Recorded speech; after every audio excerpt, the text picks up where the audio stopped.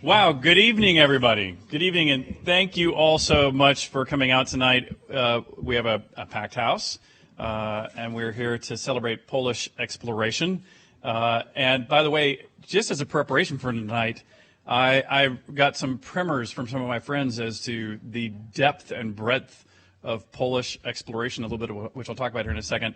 And boy, does Poland have a lot to be proud of.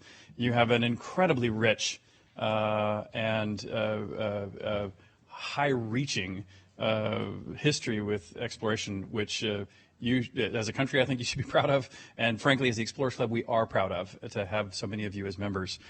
For those of you who don't know me yet, I'm Richard Garriott. I'm the current president of the Explorers Club.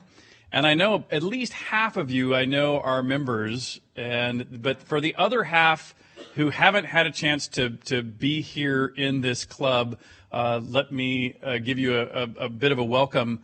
This club was formed about 120 years ago during what I would call the heroic age of exploration, a period of time where the poles had not been reached, the tops of many mountains had not been reached, and people were risking and often losing life and limb in pursuit of those extremes. A good example of that is just the North Pole, our first of what we call our famous firsts, where something like 100 people had died in pursuit of reaching the North Pole prior to it finally being reached. And that was true. The dangers all the way up through our fifth of those reaching the surface of the moon were obviously extreme. I mean, that was obviously a very dangerous endeavor also. And so if you haven't had a chance to go through the club and get a chance to understand some of that rich history, please do. One of the things I'm really proud to say about the club is that you think about all these firsts and all these expeditions people go on, and they all often carry their own national flag with them on these expeditions, but for all those famous firsts and pretty much every serious expedition that happens now modernly, people also carry the Explorers Club flag. And so the Explorers Club flag has been first to the North Pole, to the South Pole, to the top of Everest, to the deepest point in the ocean, and to the surface of the moon. All the Apollo astronauts, for example, were Explorers Club members. And that continues to this day. Any serious explorer, I think, active today is also a member of this club.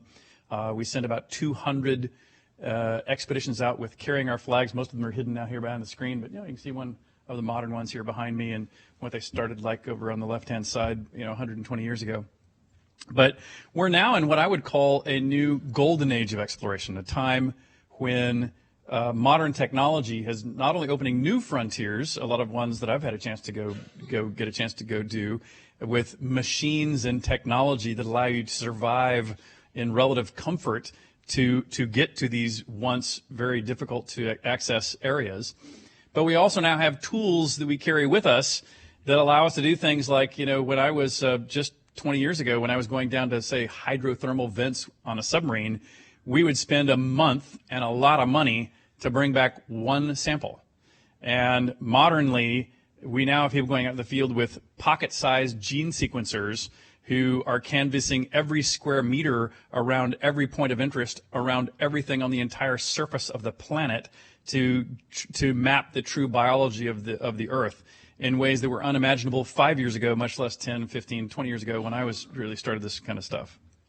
And so we really are in a fabulous era of exploration, and Poland is really leading the charge in many fields of endeavor.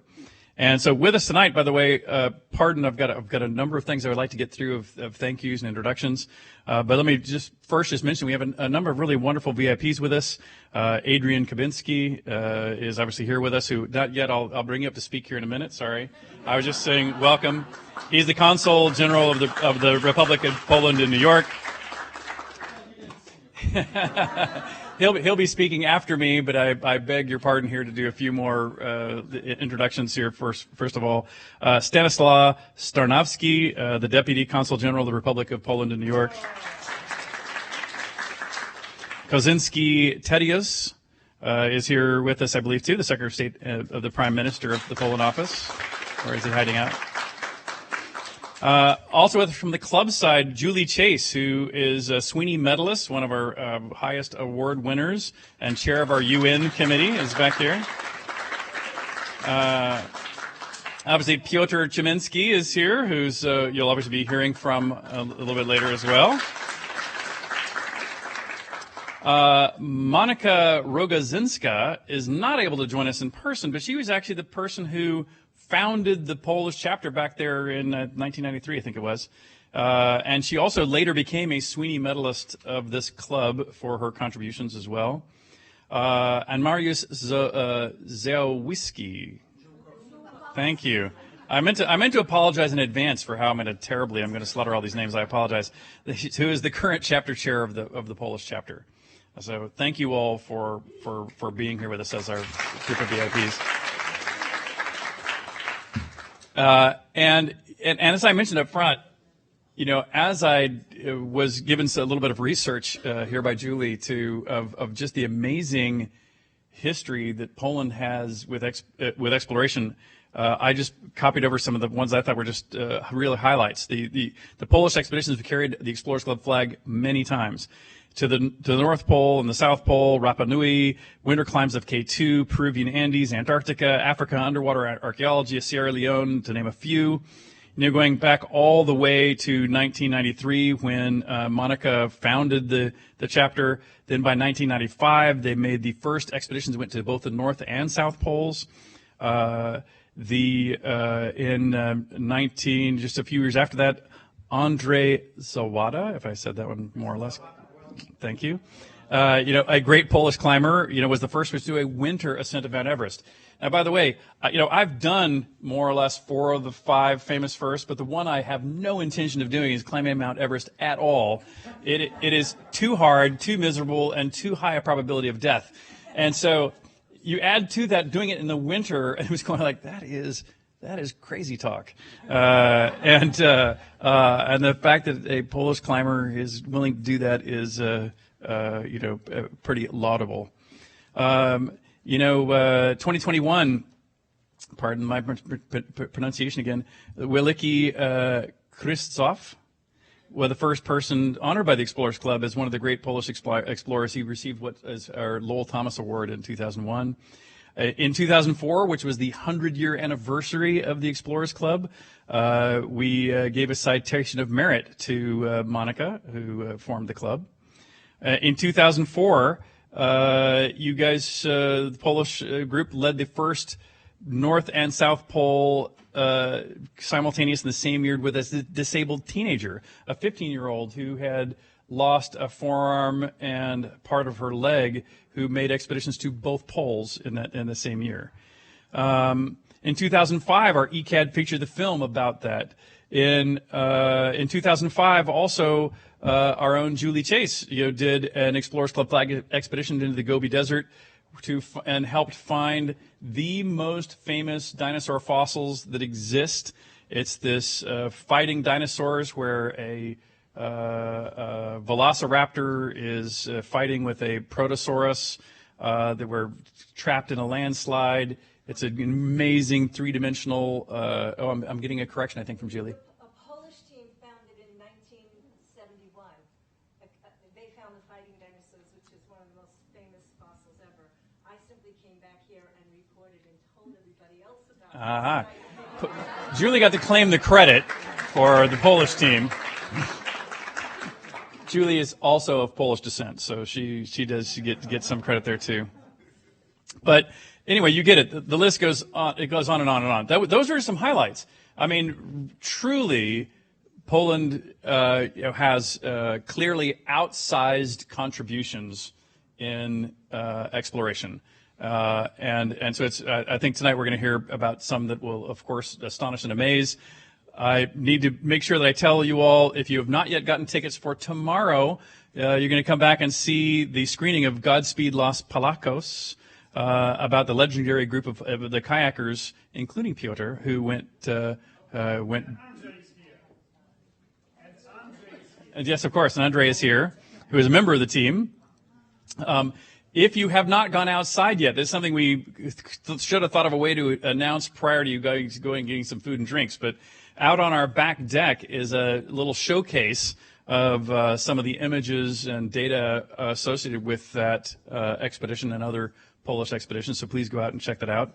Richard, we will close that door. Everybody will go through the terrace. Exit through the terrace. That's the way to do it. It's hopefully they'll let you through the video room there to go do that. But yes, please go check that out as well.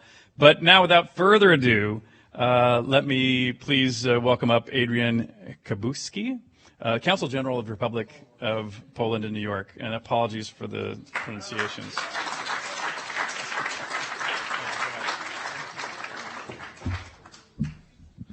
Thank you, Richard. So your Polish pronunciation is very good, but it's yet to be explored, so to speak. But it's very good. I think it's above the average here. We're not having, definitely, I'll tell you something about Poland, we don't have the easiest language and the easiest pronunciation. I don't have to tell you how great honor for us is to be here at this wonderful place, this wonderful venue, something that every little boy and girl dreams of to visit.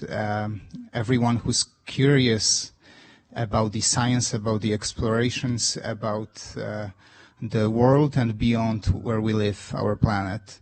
When we first met, this is one of the most planned ahead events that we ever had. I think we were planning that event for over a year already, and now it comes to the beautiful realization. When we first came here, our impression is that we definitely must have that night, that Polish night here. And we were speaking of some of the firsts. I think this is the first Polish night at the Explorers Club. So thank you very much. And now you probably all should get a pin marking that beautiful exploration.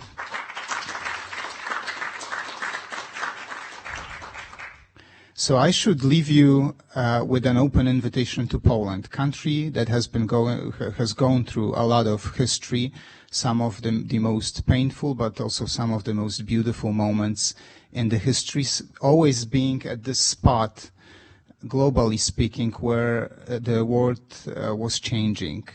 And the fact that this Polish soil gave birth to people who were so much interested in exploring, discovering, is also something to say about Poland, and I think it has its roots in this complex Polish history, because we knew that Poland has this very special place on the map of the world, and for that reason and for that matter, we feel responsible not only for our country and our nation, but it goes beyond. And it makes us so proud that among so many wonderful, well-known names of the explorers that established and contributed to this place, we have so many wonderful Polish names.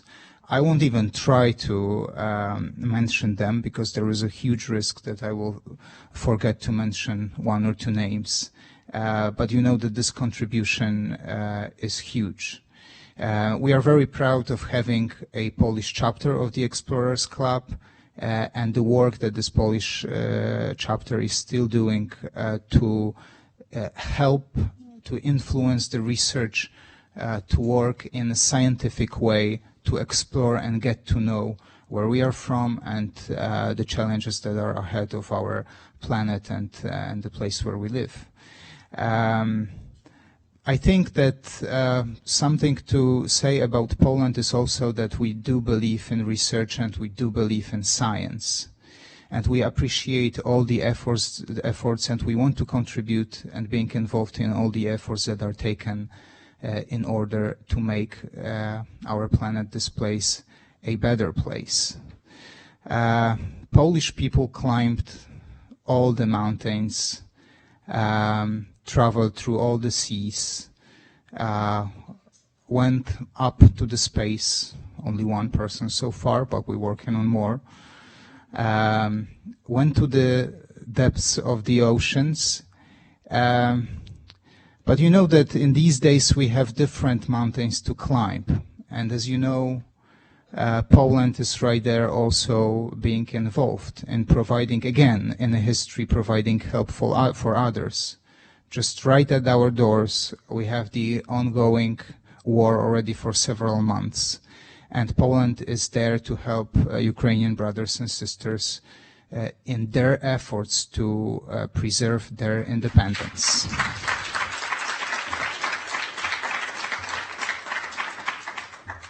Is it related to the subject of tonight's event? I think the answer is absolutely yes, because exploration is also about the responsibilities that we take or not take, wish to take or wish not to take, for the circumstances, the places where we live. And Poland was always at the very forefront of actually giving the light and example. What does it mean to actually be responsible? And this is very important. If any of you actually haven't had a chance to visit Poland, this is something that we must change. On top of being a great brain powerhouse that has enough energy actually to share with the entire Europe, or probably with the entire world, this is a great place to seek for partnerships, to start and develop many of the ideas that you have in your minds, because to Polish people, sky is not a limit. But it is simply a great place to visit for all the purposes you might see on these photos, but also the photos that has been exhibited at the way in here. Beautiful country with a modern infrastructure, very friendly, very well developed, but most and foremost beautiful, with a wonderful history of over 1,000 years, something that hasn't been enough explored. And I think that also Poland stands not only for Poland, but I think it stands for the entire Central and Eastern Europe, which made it to the headlines recently because this tragic situation and war in Ukraine. But at least it raised up a little bit of an interest and gave a peek into our region, and I hope that you will have a chance to explore also the beauty of it. It's just a wonderful place to visit, and when you come to Poland, it's very nearby to go to any other place in that part of the world. And very smoothly, how are you going to get there? On board LOT Polish Airlines.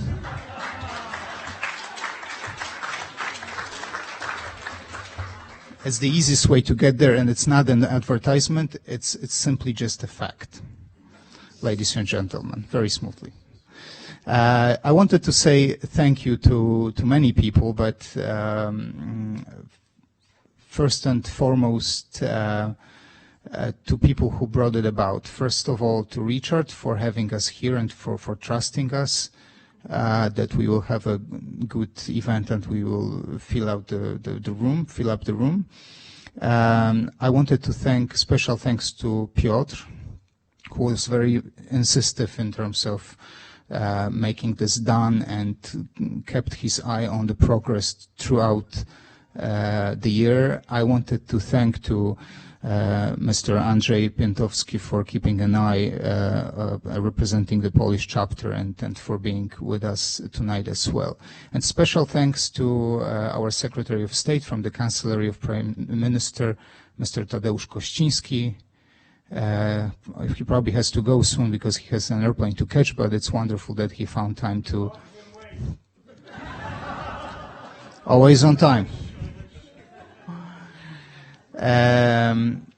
We have Krzysztof Grabowski from our trade office, many good friends of Poland, friends who will give you the most complex information of what Poland is all about. So no matter what reason eventually is going to bring you to Poland, I'm sure that you will find Poland your home.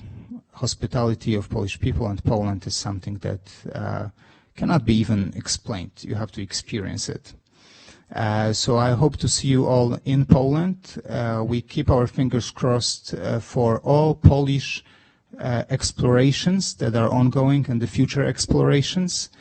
We would love to see a growing number of Polish members here, both at the Polish chapter, but also here at the American chapter of Explorers Club.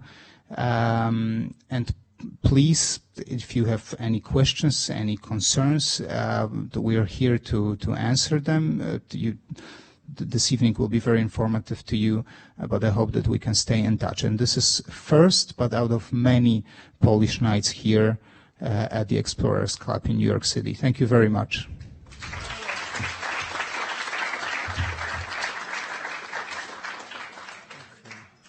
Good evening.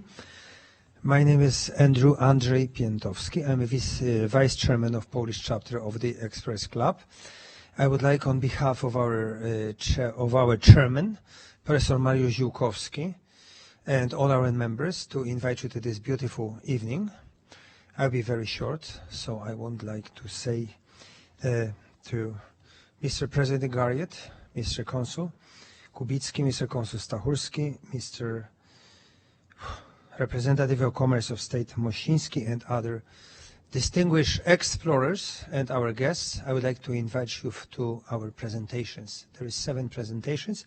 First will be the recorded one, because our Monika Rogoziński, co-founder of our club, together with Andrzej Starnowski and Jurek Majcherczyk 30 years ago, she couldn't come. So please now have a view at the history of Polish chapter.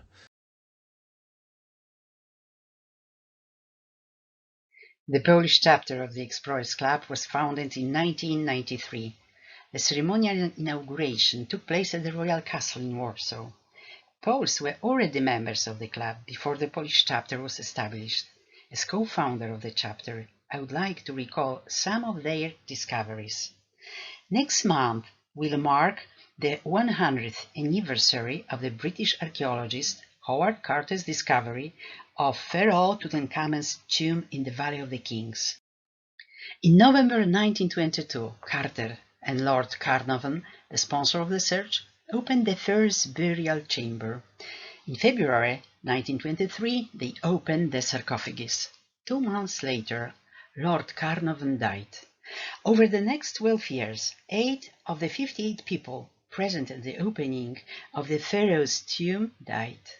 Although they died of various causes, illness, suicide, or even homicide, the media announced the curse of Tutankhamun.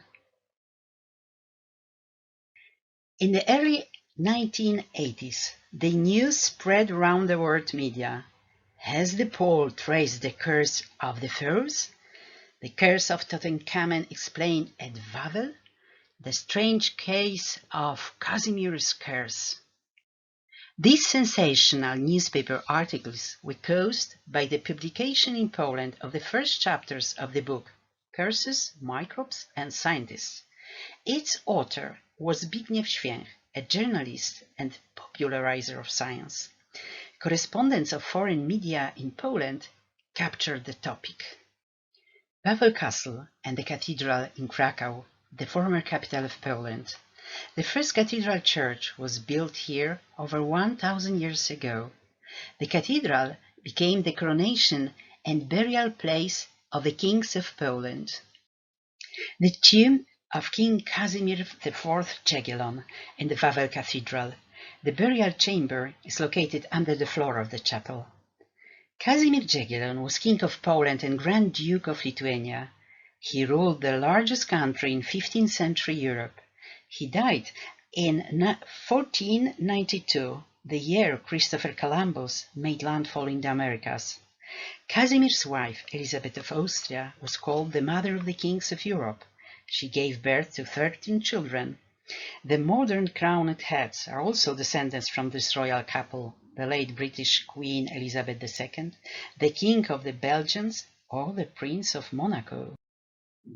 Today, one of the largest historical pageants in Europe takes place in Landshut, Germany, to commemorate the medieval wedding of Hedwig Jagiellon, daughter of King Casimir and Elizabeth, to the son of the Duke of Bavaria.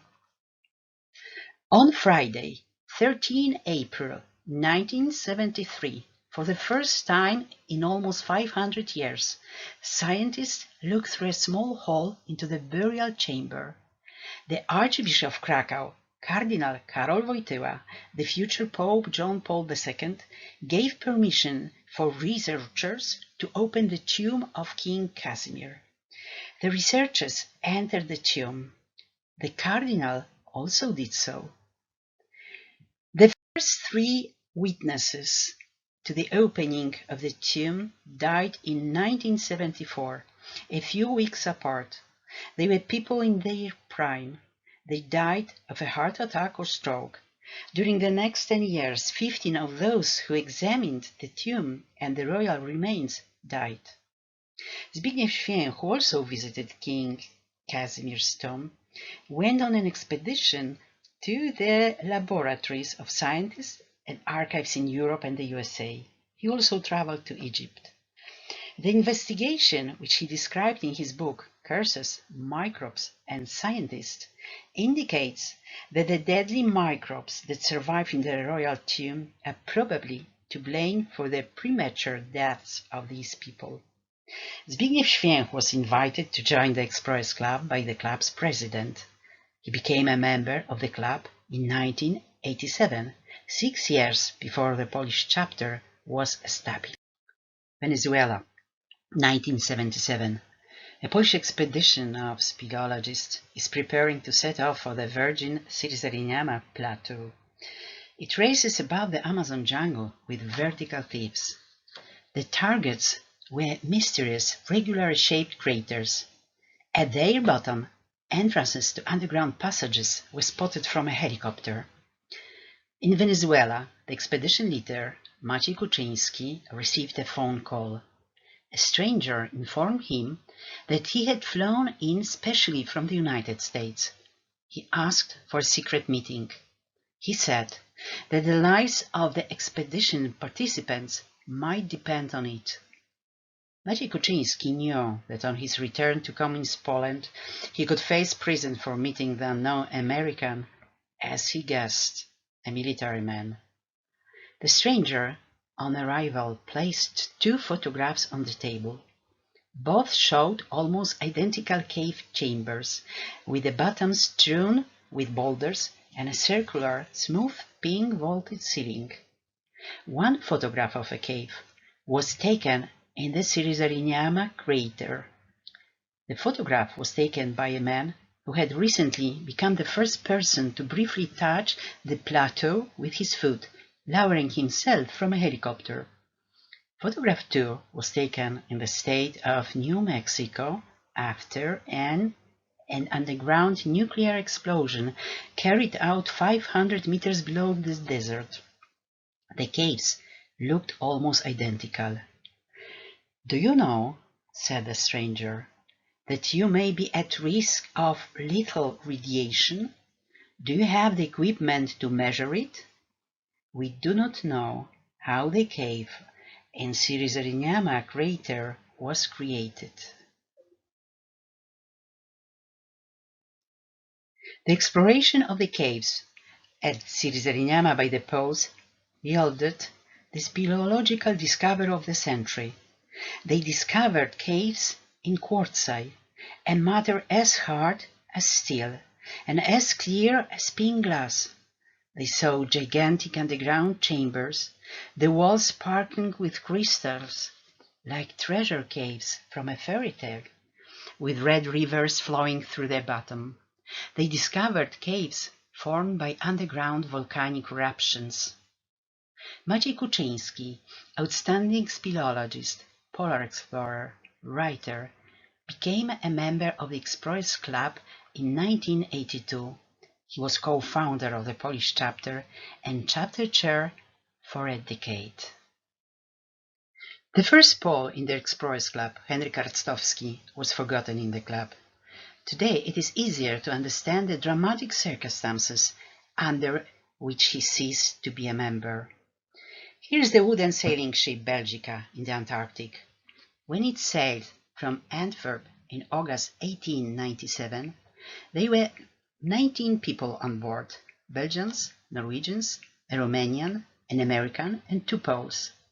The first research expedition was organized and led by Belgian Adrian de Gerlache de Gomery. On board the Belgica, they were future members of the Explorers Club, an officer, Roald Amundsen, a medical doctor, Frederick Cook, the future president of the club. They sailed into the unknown. Man had set foot on the continent of Antarctica just 2 years earlier.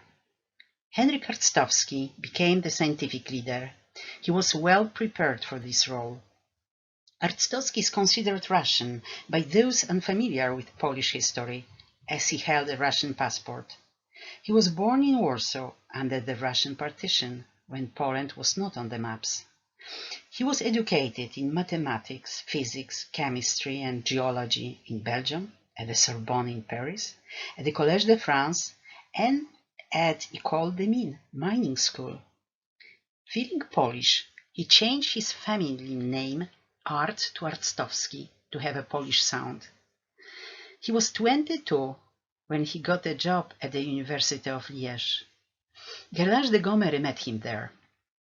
Arctowski spent 2 years preparing the scientific program for the Antarctic expedition. He studied oceanography, meteorology, and glaciology in England and Switzerland. When he set off on the expedition, he was 26 years old. Apart from Arctowski, only Romanian Emil Rakovica, a zoologist and botanist, had a scientific background.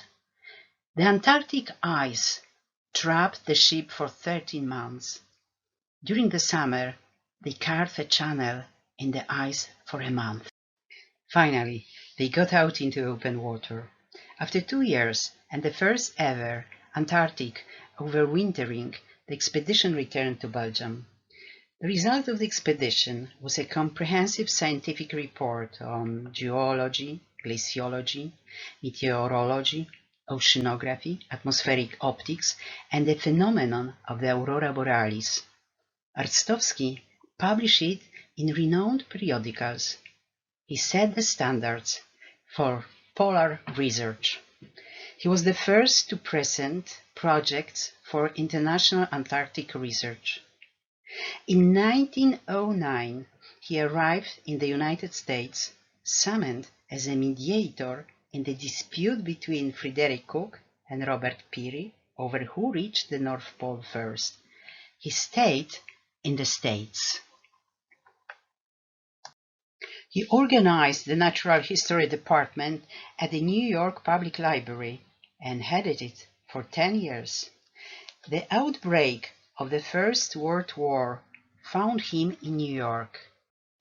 As an expert for the American delegation, he took part in the Versailles Peace Conference in 1919. At the conference, the shape of an independent Poland after more than a century of partitions was decided. Arctowski compiled a comprehensive report for President Wilson, almost 2,500 pages, and more than 100 maps, drawings, and tables. In the same year, the Red Army of Soviet Russia invaded the reborn Republic of Poland. The goal was announced by Lenin: to conquer Europe and make European countries into Soviet republics. The war was a clash of civilizations. The images were similar to those we see today in the media from Ukraine. Hordes of hungry Bolsheviks, raping, robbing, murdering, destroying everything on their path, marched to the west. Poles, even children, stopped the criminal invasion in 1920. In the upper right corner of the screen, 2 Red Army soldiers taken prisoner. Poland signed a peace treaty with the Soviets in March 1921. I cite these dates for you to understand the sequence of events. 14 May 1920, Henryk Arctowski was accepted as a member of the Explorers Club. He then traveled with his wife, Jane, an American opera singer, to Poland devastated by war. He turned down an offer from Poland's Prime Minister to become Education Minister. He went to Lviv, which was then part of Poland. At the University of Lviv, he created the Institute of Geophysics and Meteorology. from the States, he brought his huge library and valuable archives. 101 years ago, on October 14, 1921, Arctowski was expelled from the club for non-payment of dues. In August 1939, Arctowski traveled with his wife from Lviv to the United States to attend the Geophysical Congress in Washington. He chaired the International Commission on Climate Change. He was there when World War II broke out. He lost everything he had, but he saved his life. Lviv professors were executed by both the Russians and the Germans in a planned extermination of educated Poles. Arctowski accepted American citizenship. At the Smithsonian Institution, he began the monumental work on determining the direct impact of change in solar radiation on weather conditions on Earth. He was a world pioneer in climate change research. He made no attempt to return to the Explorers Club, perhaps because he left Poland with only a suitcase. He died in Washington in 1958 and was buried there. According to his will, his and his wife's remains were brought back years later and buried in Warsaw. He was forgotten in the club, but for a long time he could not be well known in Poland either. Henry Arctowski's will was fulfilled by biologist Professor Stanisław Rakusa-Suszewski, another former member of the Explorers Club. He is still alive. In 1977, the Henryk Arctowski Polish Polar Station was established on King George Island in Antarctica.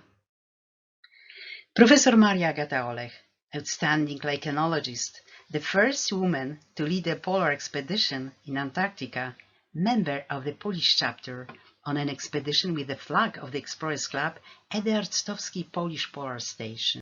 My exploration experience.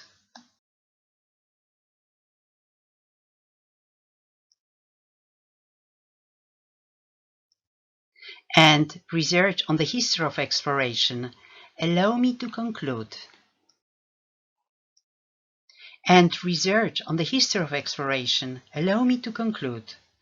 Polish exploration has never served the purpose of exploiting people, but seeking truth and knowledge. Polish explorers respected local inhabitants. Achievements have served the common good. There is also a current task. Partitions, wars, occupations, and censorship made information about discoveries and achievements of compatriots in the world unknown. The truth was gagged, forgotten, or lay in inaccessible archives. The occupiers wrote our history falsely. At last, we can openly study the past. My last expedition was to the secret archives of the communist services and to witness and participants in events that affected the history of Poland and Europe. The oldest witness was almost 100 years old. I was given the privilege of going inside the monastery with my camera, where women are not allowed. The result of the investigation was a book, The Hand for the Mother. It reveals the key role of the 600-year-old sanctuary of Our Lady of Częstochowa at Jasna Góra, the place where Poles united raised their heads. The collapse of communism began there. Without the spiritual capital of Poland, without Cardinal Stefan Wyszyński, called the primate of the millennium, without John Paul II, there would have been no solidarity. The Solidarity Revolution, the revolution of dignity based on Christian values, was a phenomenon in the history of the world. Solidarity opened the gates of freedom, said John Paul II. Freedom to be responsible for one's homeland, helping one another. United we stand. Thank you. Okay. That was Monika Rogoziński from Warsaw, Poland. And now I would like to ask Dr. Tomasz Stachura, very famous diver in the Baltic Sea. In the Baltic Sea there is lots of wrecks from the war, German, Russians, and some of them are leaking, which is very dangerous for the countries around. Tomasz, please step forward.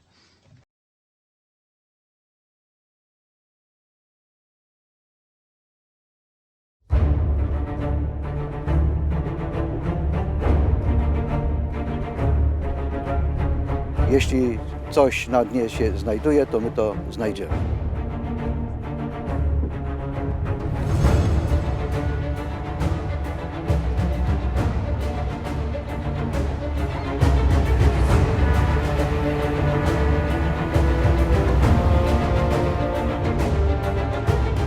Mamy 8 hipotez dotyczących zatonięcia orła. My tak naprawdę skupiliśmy się na jednej z nich. Hipoteza może być jak najbardziej słuszna, że został zbombardowany, że nikt nie kłamał, ale okręty wywijały się jakoś spod tych bomb.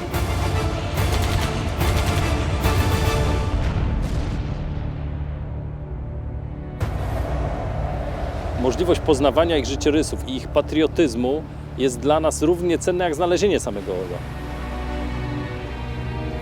To są bohaterowie, to są polscy bohaterowie, kawał polskiej historii.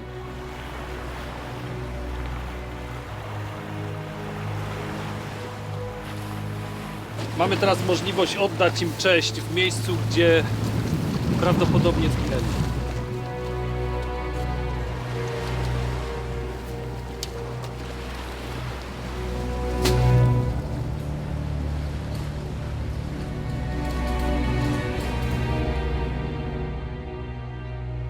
The sea.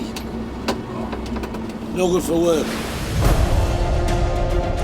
Warunki są bardzo złe. No, fale są 2,5 metra. No, there's nobody out. Nobody out. No i właśnie idziemy w sam środek.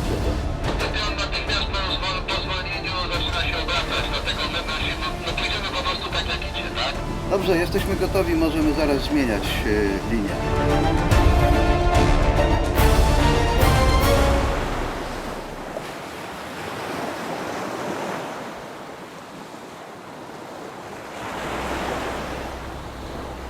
Panowie? Kurde! Nie no, jest wrak. Jest Ewidentny wrak.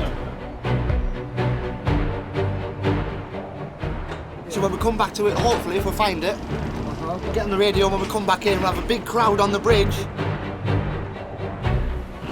Nie, dalej szukamy. Jak tylko coś będę wiedział, to dzwonię. To jest jeszcze przed nami 70 km² do przeszukania. To jest dużo na lądzie, ale wcale nie tak dużo na morzu.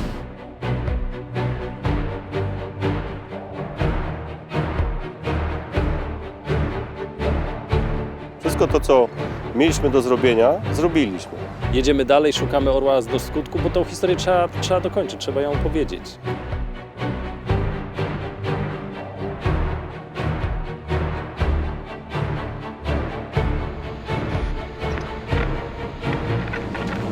So I hope we do find it tonight or tomorrow morning.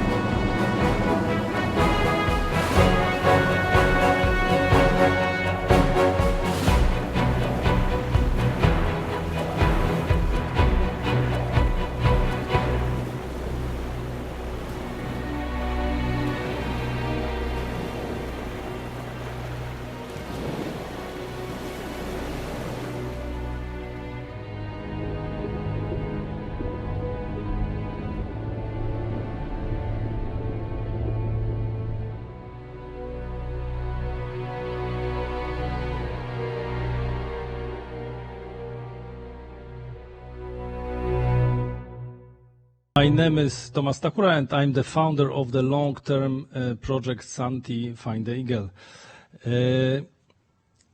why the eagle, and we spell in Polish ORP Orzeł, is so important for Poland. I think that this submarine contains the Polish soul, and this is the typical example how we Poles behave and how we act. Yes, and after 123 years, in 1918, after First War, we got independent, and after 123 years, we got access to the Baltic Sea. We Poles, we are not sailors, and we do not behave like Swedish, like Denmark, that they was born at boat, yes, if you know what I mean. They sailing from the childhood, and we Poles are more farmers, we are not sailors. So when we got the access to the sea, we tried to build the strong and huge navy. So this is the Polish submarine Eagle, and this is a slide what explain a little. You know, this is the access to the Baltic Sea. As you can see on this slide, it's not so huge, but our dream was to create the strong and fantastic navy. After First War, we tried to build or to buy warship and submarines and so on. And between First and Second War, we create really strong and great navy. We had destroyer and we have 5 submarine. What is the unique in ORP Orzeł, that 20% of the cost was covered by Polish people, private Polish people. This ship was built in 1936 in Dutch shipyard. Was very, very modern and high quality and very strong. I can say that it was one of the best submarine on the entire planet in 1936. When you compare to the German U-boat, the size of the U-boat is 62, and this submarine is 82 meters with the new technology. As I said, 20% of this cost was covered by the Polish people, and also the Polish engineer cooperate with the Dutch constructor to create the best submarine in the planet. Unfortunately for us, in 1st September 1939, the Second World War broke out, and as you can see on this slide, we were surrounded by the enemies. Yes, all the blue color, there are countries which were occupied by Germans or by Russian, so our enemies. So the Baltic Sea was like entire lake, was very dangerous for the huge fleet. So the decision of the Polish government, we move all our ships to the North Sea, and they serve under the Royal Navy. The Polish Eagle stay with other 4 submarines on the Baltic Sea, protects Poland against German.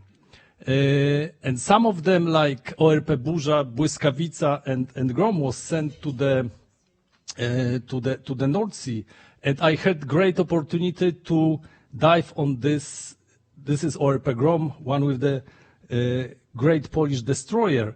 And a few years ago, I had opportunity to dive on this wreck in the 110 meters. It's like 330 feet, close to Narvik in Norway, where this ship was sunk in May 1940. And it is not so easy to dive on this wreck because this wreck is covered by some regulation, but for Polish divers, it's available to dive. And it was the moment that I saw the Polish Eagle on the stern of the ship, and it was the moment that I was start thinking about maybe I can dive in the future on the Polish submarine Eagle. Because on the beginning I said that the Eagle is like Polish soul, you know, because we are a little behave like those guys. They are the hero, and the Second World War was not so good time for us, and the Polish Eagle was the light point on the dark time during this time. You know, on the each ship, the deck of the each ship is the independent part of the country, yes? And despite of this that we were occupied, the deck of the Eagle was the part of the Poland, yes? So it was the fantastic story, and it was the optimistic part of the dark story of the Second World War. This is the last trip of the Eagle.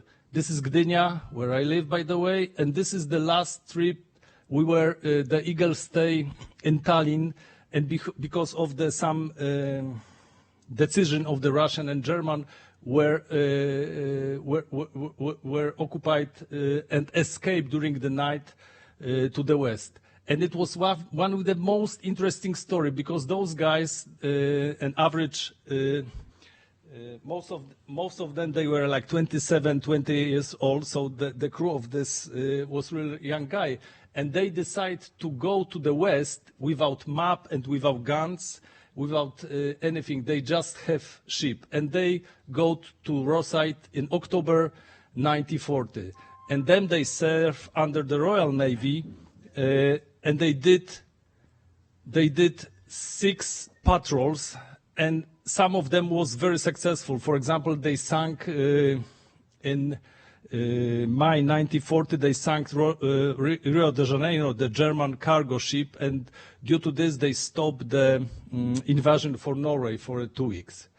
They were treated in Rosyth like a hero. This is the beautiful photo session from the Life magazine, and thanks to this and due to this we have fantastic pictures of the guys.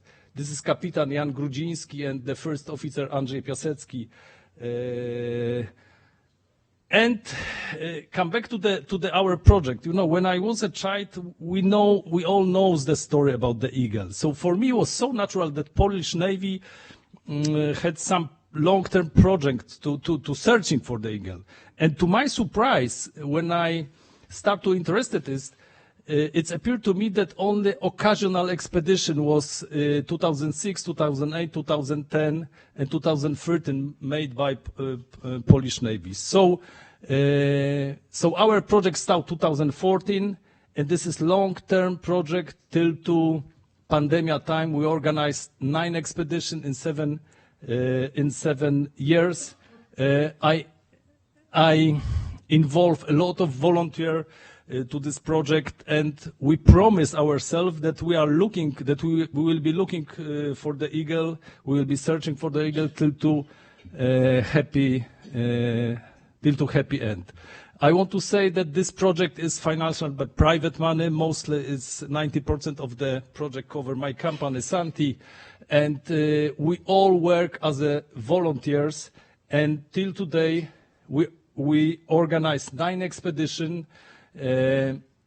Some of them were very productive. We found till today 150 wrecks, new wrecks, unfortunately not the Eagle. And someone maybe ask, why nowadays, when we have very good equipment in the 21st century, we have fantastic scientists and beautiful equipment, why we can't find the wreck on the bottom?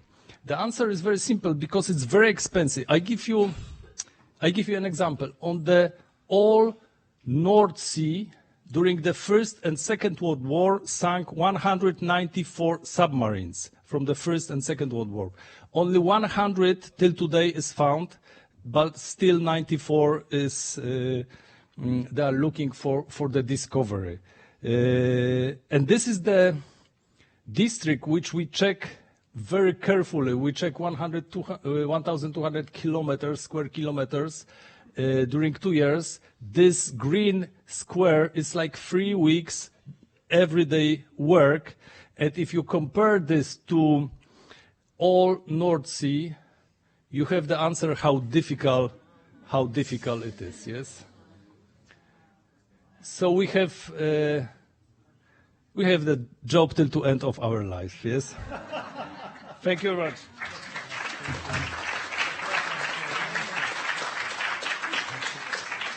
Thank you so much, Thomas. Okay, we keep our fingers crossed that one day Eagle will disappear from the North Sea. Now the next presenter is Elżbieta Wnuk-Lisowska, Iranologist or Ironologist, as you will. In the light of the last events in Iran, with the lady who was really kidnapped, let's say, from the street because she didn't cover her head. We all know what happened then. We would like to know more about the background for such events. Elżbieta, please.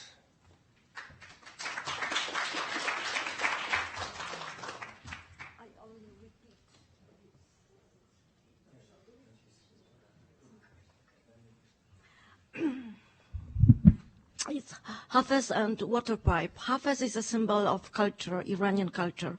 Water pipe is a symbol of everyday life. Iranians are very traditional and they are very proud of their culture. Of course, it's very difficult to say about Polish researchers. So I decided to say what we did before 79 and what we try to do after 79. 79 is crucial because it was a time of Iranian Islamic Revolution. And it's happened that I was, during revolution in Iran, as a scholarship. I was sent from Krakow to Tehran.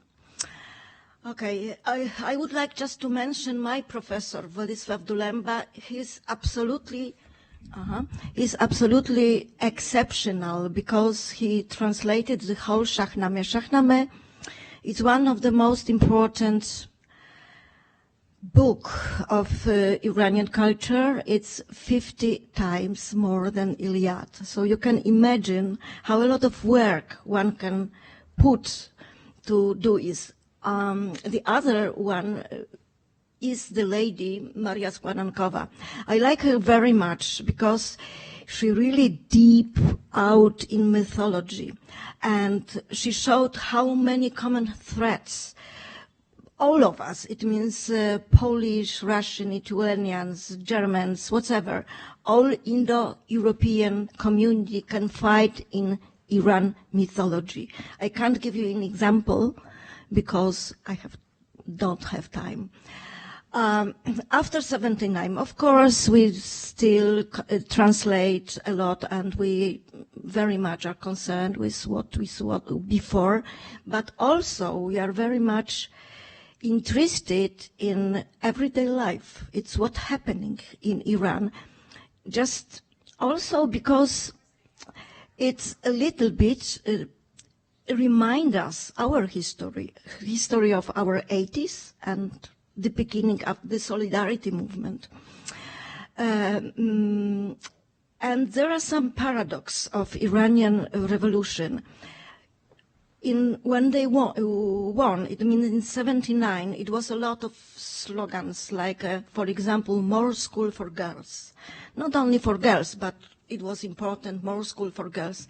But once girls acquired the elementary foundation of education, they wanted to go further. Many of girls graduated from university, became much more independent. Her mother and their grandmother. And there is also one more thing. Even 25 years ago, 70% of students of medicine, as well as people working in medicine, were men. And now it's reversed. 70% of students and physicians are women. And it's a very big problem for the government and Mullah. They are trying to do something, but they don't have chance.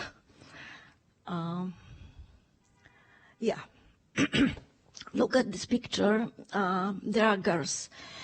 Well, one of things is that women are really very strong opposition. This is opposition through outfit. It's not only that they try to be nice. They are. But if you look at this picture, everything is more or less right. The body are covered, feet are covered, legs are covered.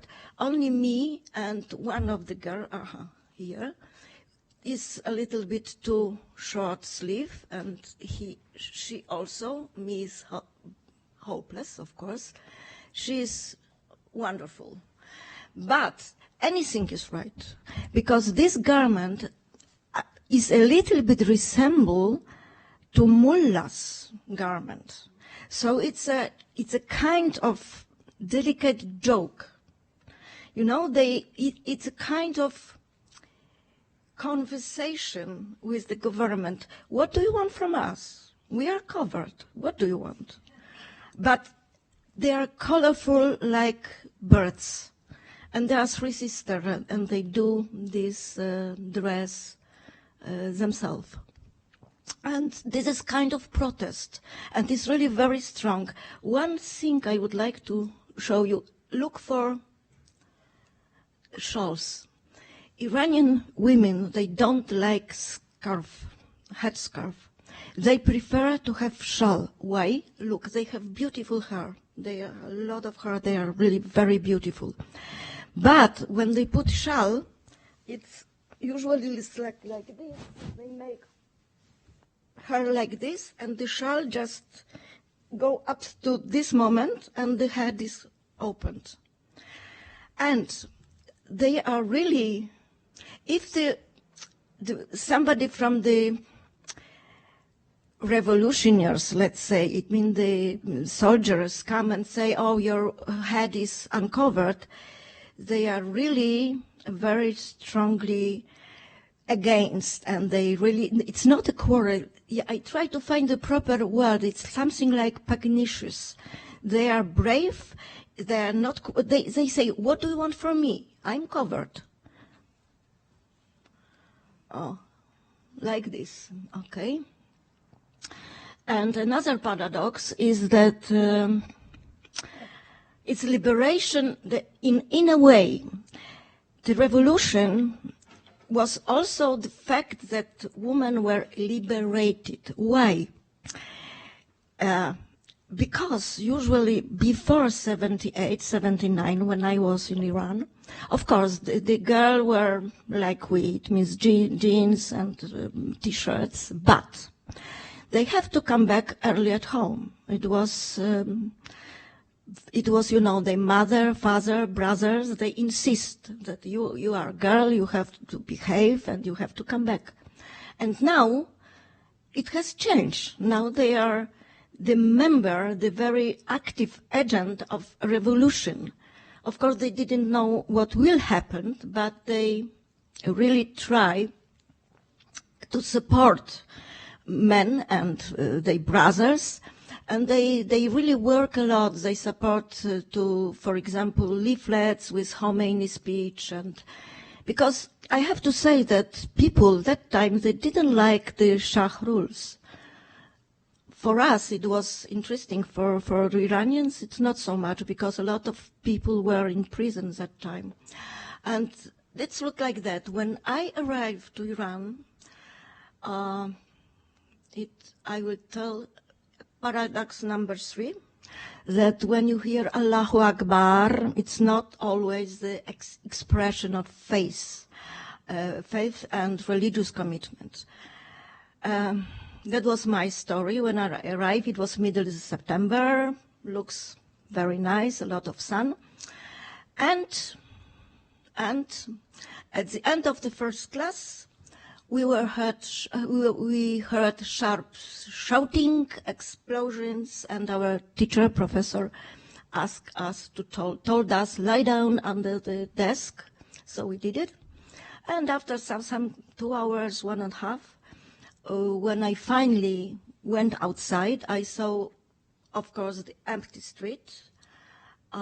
Square, Shah Square, now Enqalab, means Revolution Square, within the immobilized tank, burning armored car, wrecks of cars, and ruined shops. Of course, I come back to dormitory. It was the picture. When I went out, it was like that. So, and shortly after PM that day, I heard that it's a military hour. It's called military hour. But why not Allahu Akbar is the religious commitment, because all of us girls, we went on the roof and we shouted Allahu Akbar, Allahu Akbar. It was like it floated over Tehran. From each roof, people were shouting, were crying Allahu Akbar, and it was a cry, shout of protest. It wasn't that we are religious people. And this is exactly the same today. Today we have October, it's happened in September, but it's October 22. I write to my friends in Iran, and it's exactly, you can hear this sound again. Girls go out on the roof of their houses. Roof is very important for Iranians. Sometimes when it's too hot, they sleep on the roof during night. And they shout Allahu Akbar. And this is also expression of disagreement. This time, this is disagreement against government and mullah's rule. I think that when I saw this picture, it was exactly, if I go back 40 years ago, excuse me, it's 40 years ago almost, it was the same. And just two more sentences. I think that little by little, we are, the government make mistake, because women, it's taboo. You may beat men, but not women to death. And even people who support government, now they are fed up. It's too much. So it's not the end, but it's the way to the end. It's half of my presentation. Thank you very much.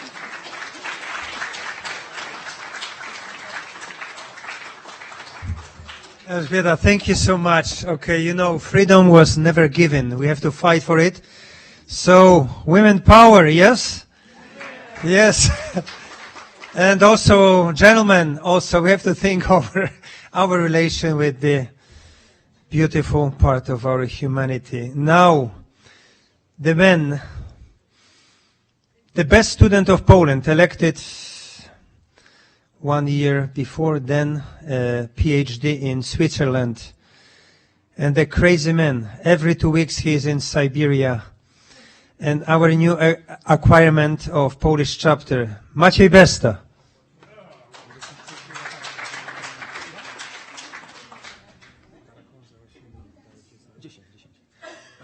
Hello, welcome. I'm Maciej, and I'm going to present, in the first part of the talk, I'm going to present some of my activities on exploratory mountaineering in Siberia. In the second part of the talk, I'm going to share some insights into one of my recent projects in which I'm trying to use my expertise in high-performance computing, something I'm routinely doing at ETH Zurich, into how to make my expeditions more efficient, more productive, more effective. So Siberia in general is a huge piece of land which is covering nearly 9% of Earth's land surface. It's very diverse. It encompasses a couple of different vegetation zones, from steppes up to polar deserts.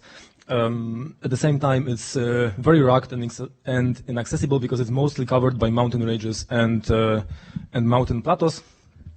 It's extremely sparsely populated, especially the north part of Siberia. At the same time, it means that there are very big challenges in logistics when it comes to organizing expeditions. And finally, it does come with extreme weather and climate patterns. For example, there are spots there where with temperatures dropping as low as -70 Celsius in winter. So I took interest in Siberian mountains around 13 years ago, and so far I organized over 30 alpine, trek, and polar-style expeditions, almost all of them solo and unsupported. This includes four first winter climbs in some of the largest and coldest mountain ranges in Siberia, first solo traverses of some of the most remote mountain ranges there, and some others that you can check online on my website. One project I'm going to speak about today in more detail is called Pole of Cold of Siberia's Mountains. The goal of the project was to identify and climb the coldest mountains that are out there during the dead of winter. The project took place in Yakutia and Chukotka, which are two coldest parts of North Siberia and whole Siberia in general. I first conducted extensive analysis into climate and weather data to nail down the coldest mountains and the specific reason why they are the coldest. So my methodology was as follows. I isolated 3 peaks, which are the highest ranges, which are the highest peaks in the main ranges in this area. And then, importantly, these peaks come in the near vicinity of points where some very low temperatures were officially measured, as low as -70. Then I went ahead and climbed these mountains. The goal is to make the first winter climbs, all of them solo, and all of them in January and February, which means the harshest conditions. I'll just briefly describe one of these expeditions that started from Yakutsk in the first half of January 2020. I wanted to climb the so-called Mushaya mountain. So first I rented an off-road vehicle, then we drove around 1,000 kilometers to the east on the so-called Kolyma highway, crossing mountain passes and dealing with different multiple engines as usual in Siberia. Failures in Siberia. Then we went completely off-road to the south with the drivers heading towards the camp of herders of reindeers. Part of the journey that followed was on reindeer sledges, but then most of the way I covered the most of the distance on a snowmobile with a single hunter from that camp. It took us 2 more days to get to the bottom of the mountain. In total, 5 days of off-road driving. The first days were across deep taiga forests, then taiga gradually gave place to tundra plateaus that took us a while to cover. Finally, we arrived at the bottom of the whole massif, which is called Mushaya Massif. There, the hunter left, as agreed, he left me completely alone. I established an attack camp. As you can see, this whole massif is heavily glaciated. The distance between the attack camp and the peak was around 12 kilometers. What I did first, as you can see, there are many glaciers. So what I did first was scouting the glaciers to find the most efficient and the safest route.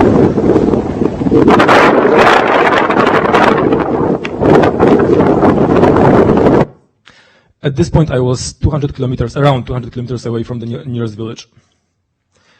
I wanted to make the whole day of that attack. I wanted to make the attack of the mountain in the so-called fast and light style. So in a single push from the bottom of the mountain to the very top and back in one day. So I started very early, around midnight. It was quite cold, but not really cold. Like -45 is still not too bad. It gets more interesting below -50. I started around midnight. I covered the glaciers by night. I reached the bottom of Mushaya at sunrise. The sun is at the highest level of its elevation in the sky, because like in that region in winter, the sun is above the horizon for maybe 5 to 6 hours. So it was quite a nice aura. Here you can see Mushaya on the left, and the route I took to climb the mountain. I first tried to climb on the right because it seemed safer, but actually it was much more dangerous and difficult snow-wise, and so I descended and still pushed forward to get to the top. There were still quite some many avalanche spots, so I was quite careful not to die. Then I got to the ridge, which was surprisingly easy in most parts, so basically plain walk up the ridge, but in some spots it was actually quite tricky because it was very, very sharp, and I had to do some slight bit of technical climbing there as well. And then I reached the very top already after sunset.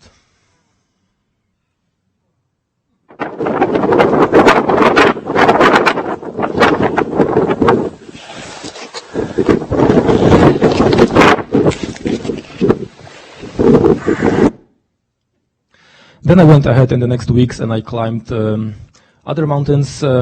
So this required, in some cases, navigating some long and complex ridge systems, or in some cases, climbing very delicate places. So, for example, here in this mountain, this final ridge was extremely sharp and very, very, very narrow, and that day was extremely windy. So it was usually it was late February, which means that it was already not too cold, like -35, but it was very, very windy, and I had to basically crawl on all fours here, otherwise I would get blown off that ridge. Okay, so that's for the first project, and I just want to summarize in one sentence the other project I also did that is called the Pole of Solitude of Siberia's mountains. The goal was to identify and climb the most inaccessible mountains in Siberia, and I located them in the north of Taimyr Peninsula in the so-called Buranga Mountains. So these mountains are extremely far away. They saw basically almost no expedition so far at all. And what I did was a route that took me across the whole mountain range. I was left and picked up by the helicopter. I covered around 320 kilometers, climbed 3 mountains on the way. The nearest city was 1,000 kilometers away. The nearest village was 500 kilometers away. Some numbers that summarize my expeditions, 3 interesting numbers. The lowest temps I had was around -55. It's not too low, I'm hoping for less, but it was actually for several days in a row, for example, in many expeditions. The single longest stretch of distance I covered on foot during expedition was 67 kilometers. I had to make it because I got a call on satellite phone that there would be a helicopter pickup in 100 kilometers, and I had to get there in 36 hours, or I would be stranded for a month, so I had to make it. And finally, the largest distance between me and the nearest human village was 500 kilometers. Okay, so that's it for the actual mountains. Now I'm going to share some insights into how we could use the capabilities of high-performance computing to make these expeditions more productive, more efficient, and more effective. So I'm leading a couple of research teams at ETH Zurich and 2 labs researching different aspects of so-called large-scale irregular computations. So what are irregular computations? In these computations, the subject in the first-class citizen, let's call it like this, it's a graph subject, it's a graphed object in which we have vertices and edges that can model anything we basically want, right? So these vertices can model, for example, pictures or, I don't know, atoms or maybe research papers, and then the edges between them come with some explicit, they introduce some data dependencies with some important semantical meaning, right? And these computations are very challenging because they are highly irregular. They are, at the same time, they are huge. So these graphs can be hundreds of petabytes of data and easily even more. But we do care about them. So they are extreme, but we care about them because we use these graphs in numerous sciences. So they propel knowledge discovery in sociology, in, I don't know, in engineering, biology, chemistry, and in many, many other domains. Right, so even in philosophy you can use these graphs.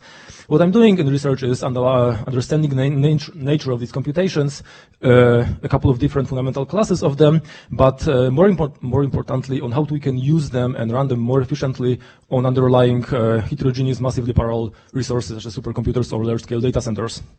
And now, one example use case, how we could use these resources for better expeditions would be, for example, more efficient route planning. Right? So I took this photo during one expedition, so we can see a nice stretch of land which is very easy to cover with a heavy backpack, very nice. At the same time, we could, but however, once we cross that ridge, it would be very easy to find ourselves in such a setting in a different boulder field. So this field is already much more difficult to cross because these boulders are highly unstable, you can easily break your leg, and you don't really like that place. Right? But the problem is that you can't easily detect where such places will be located. Similarly here, we can see some nice field of boulders. Here, a very bad one because you have these swamps that will make you less efficient. Same here, a nice dry grass field. At the same time, we could easily, once we cross it, we could easily find ourselves stranded in some swamps, which are going to make us, again, less efficient and more slower. So the idea is to, so the insight is that these differences are actually nicely visible in many satellite photos. So for example, here we can identify these boulder fields pretty clearly. And this could be an example route that you would like to take if you would like to cross that stretch of land. This one you would not like to take because it would easily take you 5 to 10 times longer, sorry. So the idea would be to use, what I'm trying to do is to express such a data with an irregular graph using data from my past expeditions and then train, for example, a neural network on this past data to be able to detect automatically such paths, the ones that are more and the ones that are less efficient, and then use this trained network to, for example, predict and to serve as a support in the inference process when developing a new expedition, a new plan. We could also easily think of applying this concept in other domains, for example, to make glacier travel safer or more secure or faster. For example, make rowing across oceans more efficient. Maybe even plan some more feasible climbing routes on north faces of some mountains, or maybe even make this usable in the context of on-the-fly motorized route selection in some very hostile environments. Thanks for your attention.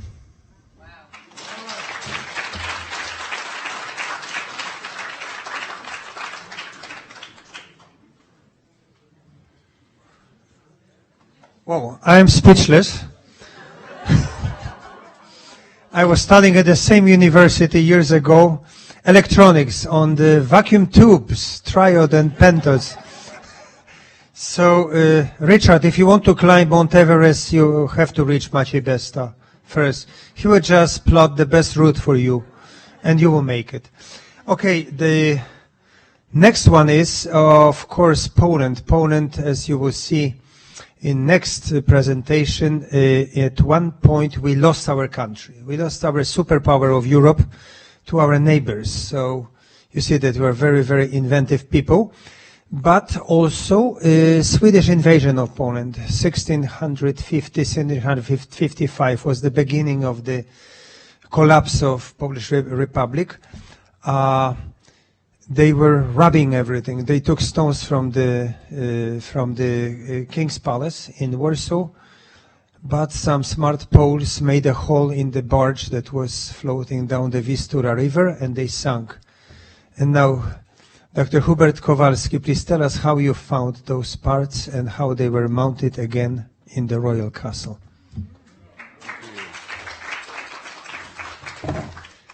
Good evening, everyone. Good evening, everyone. In Warsaw, during that time, in 1655, 1656, was really a huge quarry, okay, for the Swedish army. The looters took almost everything that was precious. Paintings, sculptures, fountains, and also architecture decoration.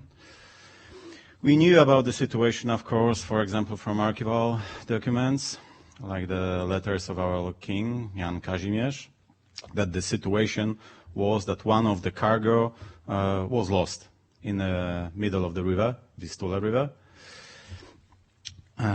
In 1906, sand diggers, they found couple of things in the river, as you can see, for example, 17th century marble putto and the dolphin. They are Carrara marble, so very precious. One of the most, I don't know, we don't know the artist's name already, but it was quite good one. So it was for 100 years later, that was still kind of urban legend for us in Warsaw. So in 2009, I started a treasure hunt. As a matter of fact, archaeological research. So we started in 2009. That is our route for that. We made it in a week. And we knew that the cargo that was lost, the ship's gone for 2.5 kilometers away from the center of the city, around. So I used everything that I could at that time, cranes, divers, side sonars, everything that I could really. And in 2010, no, but in 2011, we found the first piece. That is the coat of arms of the Vasa family. So we knew exactly that this came from our royal palace. So we used, again, cranes, etc. And we took from the river many objects, more than 6 tons of marbles. That was the first season. Another season, season number 2, the level of the water dropped drastically.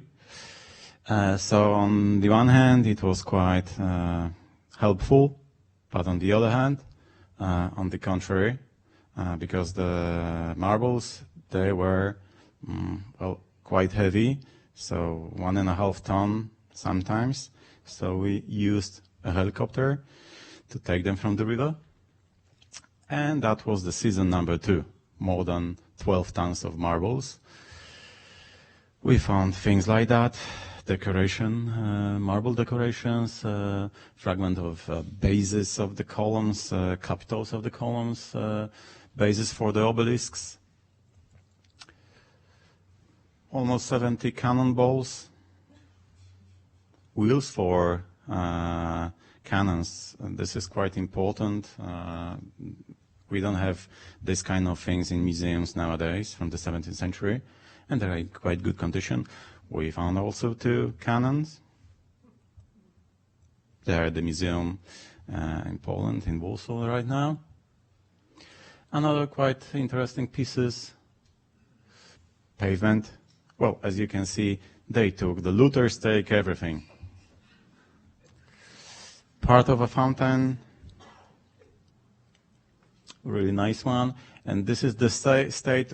I did nothing with it. It came from the river in this state. So 350 years at the bottom of the river, in really good shape. Fragments of a door frame with the names on it, as you can see. That were not looters, but this is kind of Grand Tour memories, like Jakob Hirsch, 1652, and Jakob Bobrowski, and also Nicholas Kinekal, 1650. So, all this came for sure from our Kazimierzowski Palace, which was a suburban villa of our king. We call it Villa Regia, Villa Regia.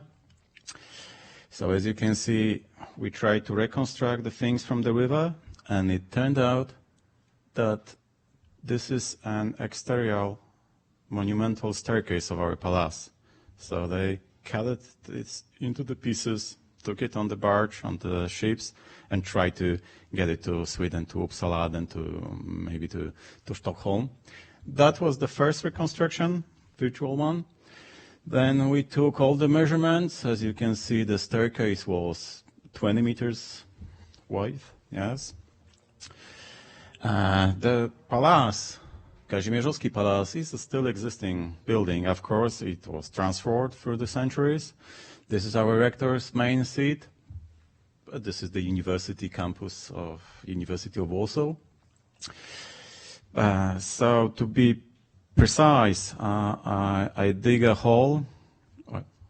That was an excavation also, to try to find the foundation for the staircase. And as you can see, we did it also, so that this fragment was very crucial for us, because it said that our measurements taken from the things from the river compared to this one, everything was just in the place.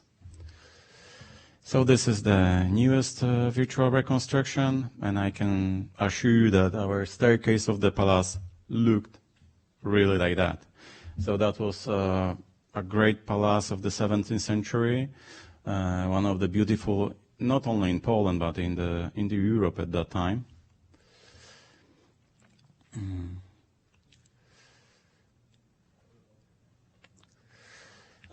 Not now, but maybe in 2 years, at our Museum of History of Poland in Warsaw, you will find this staircase reconstructed, hopefully.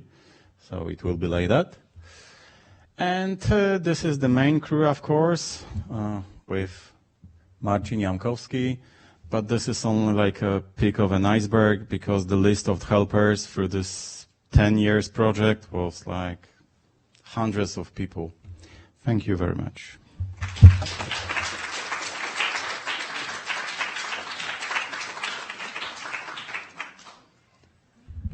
Thank you, Hubert. It's great. Yeah, we love our country. We love this stuff. And as we say, after Second World War, Poland was not looted to the soil, but to the rock beyond it, which is true. And we are still fighting to get some stuff back to our country. Okay, Tomasz Grzywaczewski, filmmaker, journalist, recently involved in Ukraine. He was there. I saw his movies, his documents. Tomasz will tell us about the changing borders of our country, from zero to the country from Baltic to the Black Sea and back. Please.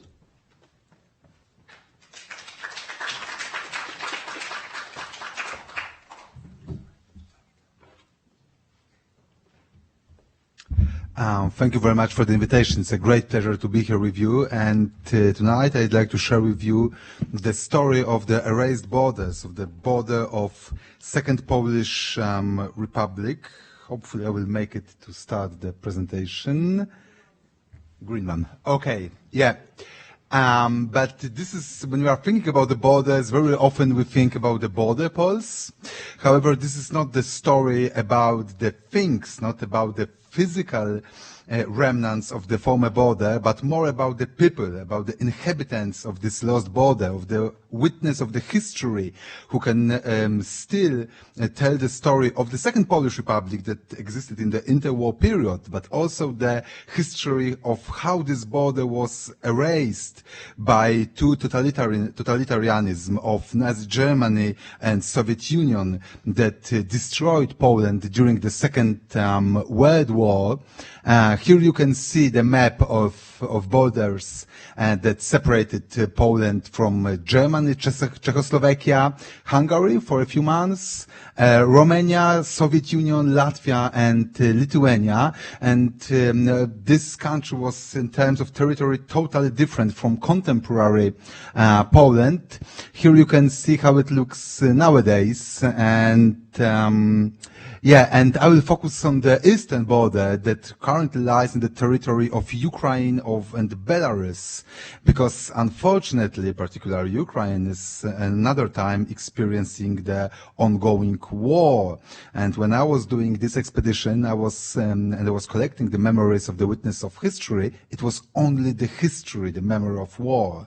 But 3 years later, I realized that history is repeating again in Central and Eastern Europe, because Ukraine is suffering a war again, and Belarus and Belarusian people are suffering the slavery of authoritarian criminal regime of President Lukashenko.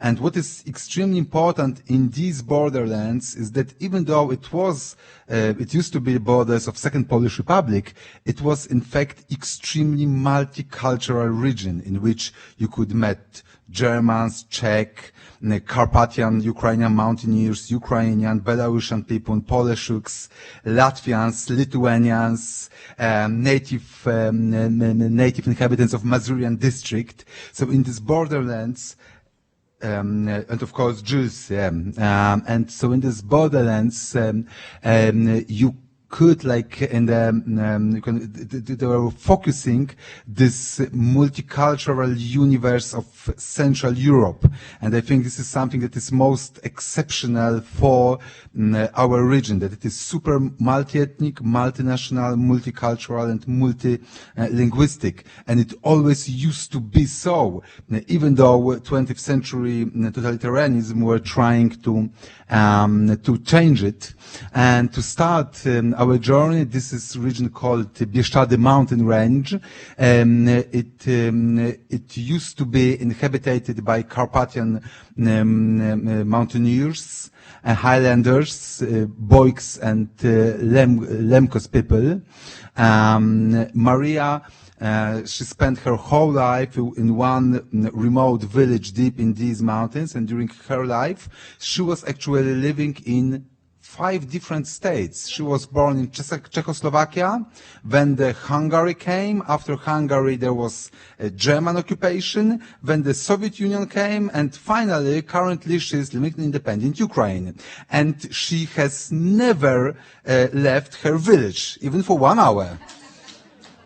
Yes, this is how the borderlands in Central Europe looks like. Unfortunately, a lot of her compatriots weren't so lucky.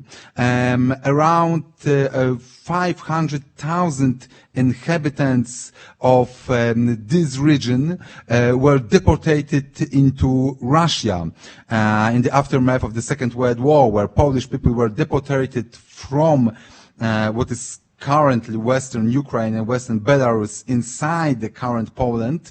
A million of Poles were deported. At the same time, Ukrainian inhabitants of Second Polish Republic were deported into Soviet Ukraine.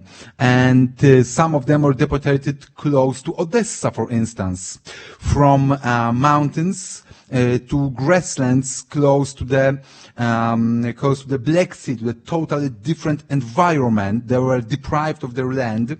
When I, for the first time, get there to this village, I was told to be the first journalist and the first man from Poland who came to visit there. And they still could say a few words in Polish because they were born in Poland before Second World War, so they hosted with the traditional huge bread and salt to pay respect for me, which was extremely emotional because that I am the one who should pay respect to them because they were exiled from their homeland by the communist regime.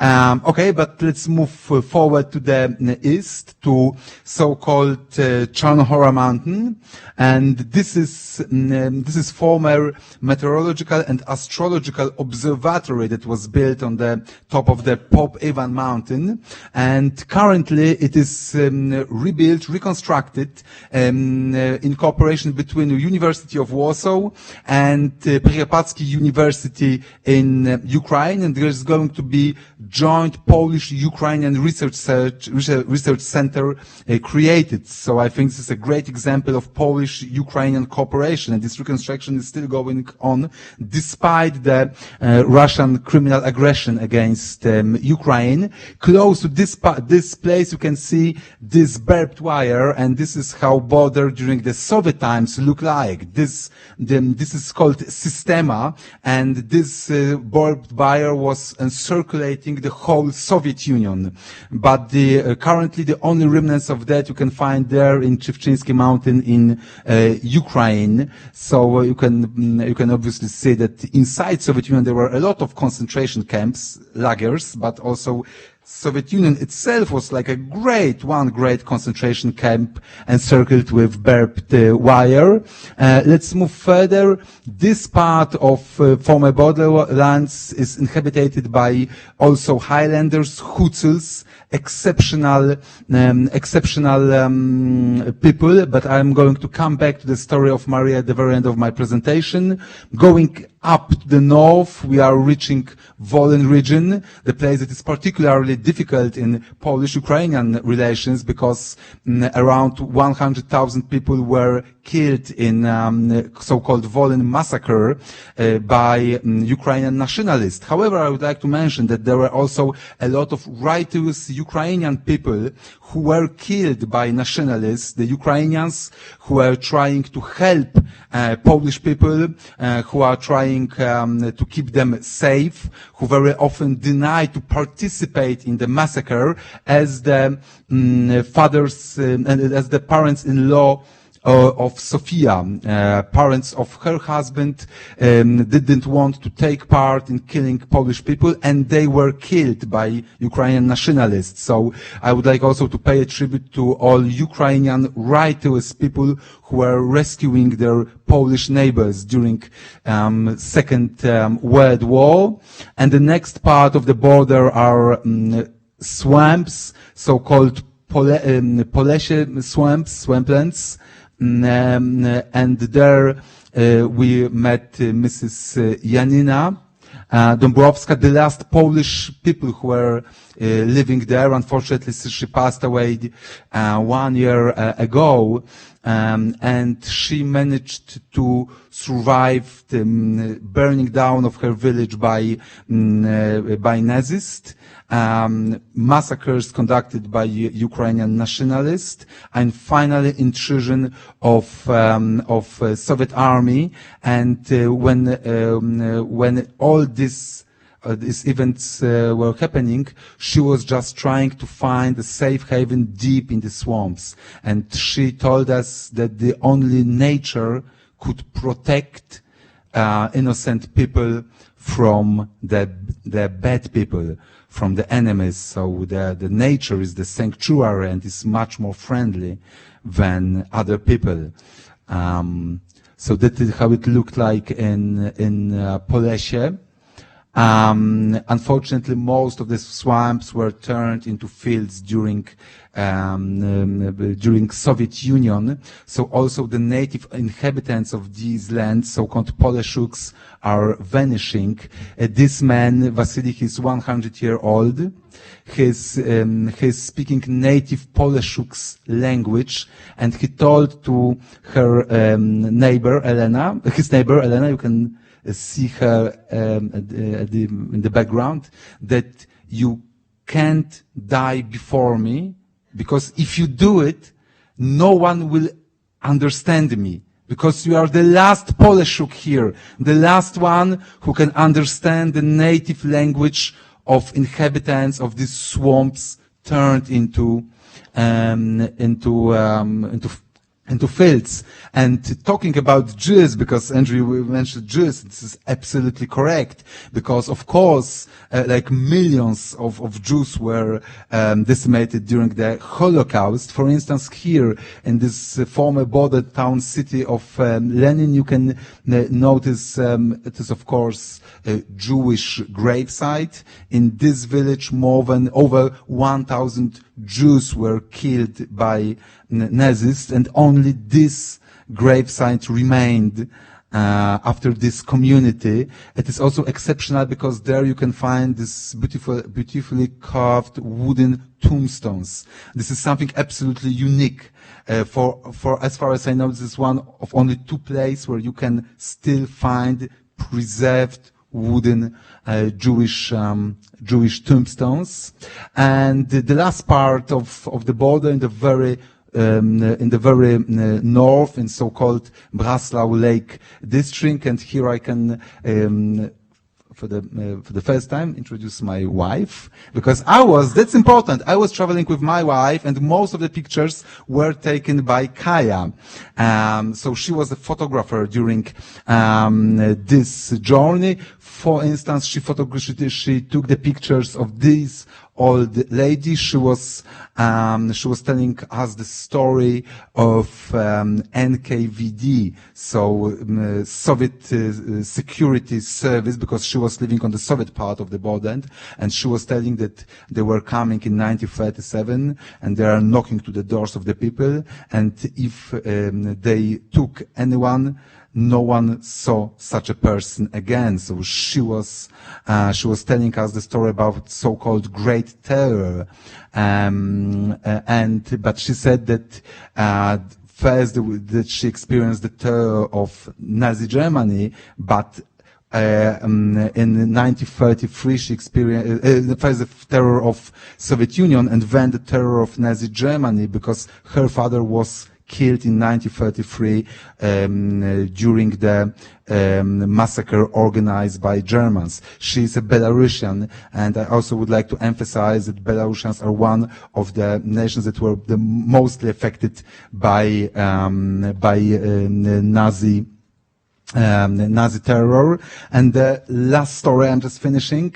This is the story from the border that was on Daugava River, the river separating Poland from Soviet Union.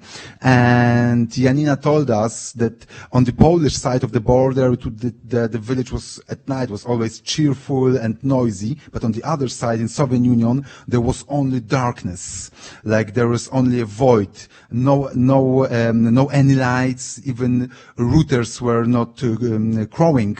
And unfortunately, in 1939, this darkness from Soviet Union crossed the river and came also to their hometown,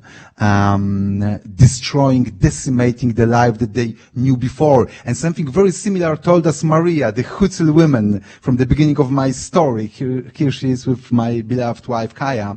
And she told us that when she was a young girl, she learned the most important rule of living in the borderlands, in living in multicultural, multinational environment, that you have to love what is of your own, but you absolutely also have to respect the one that belongs to others. So if you love your culture but respect others, you can create a happy society. The society can live together like it used to be in Polish borderlands before the Second World War, and before the people who neither love nor respect anyone come to them. In 1939, it was Nazi Germany and Soviet Union. Unfortunately, today in Ukraine, these are Russians who are trying to destroy people who are just also trying to love their own and respect what is important for others. Thank you very much for your attention.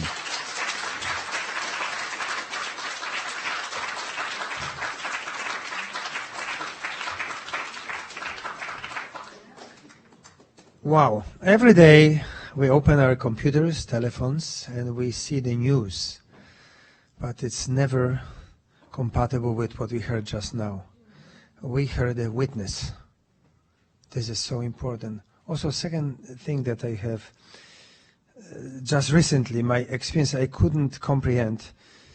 Two different separate people, intelligent, educated, told me that there is terror in Europe, there is terror in the United States, guys. After saying this, I don't know how people can be mindless.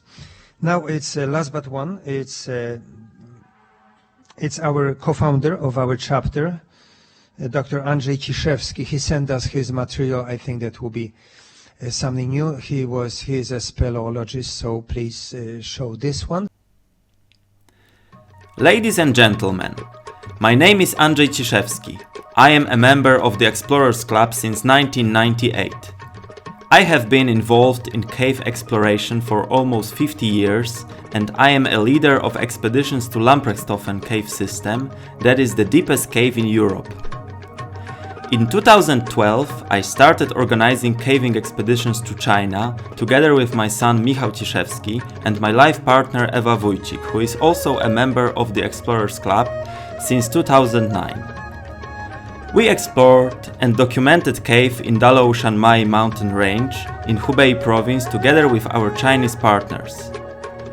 In the effect of our expeditions, we surveyed 85 caves with a total length of 59 kilometers and 940 meters.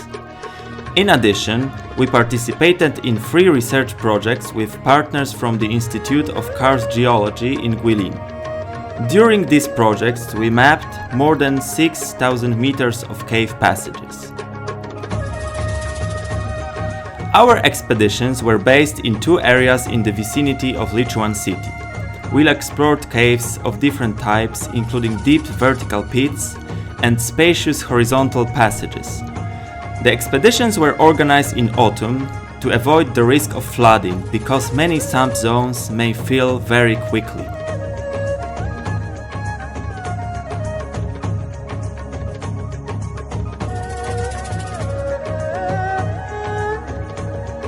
On the way to many cave entrances, we had to walk through dense vegetation. Even in some of the caves, the light permits growth of the plants on the bottom of entrance pits.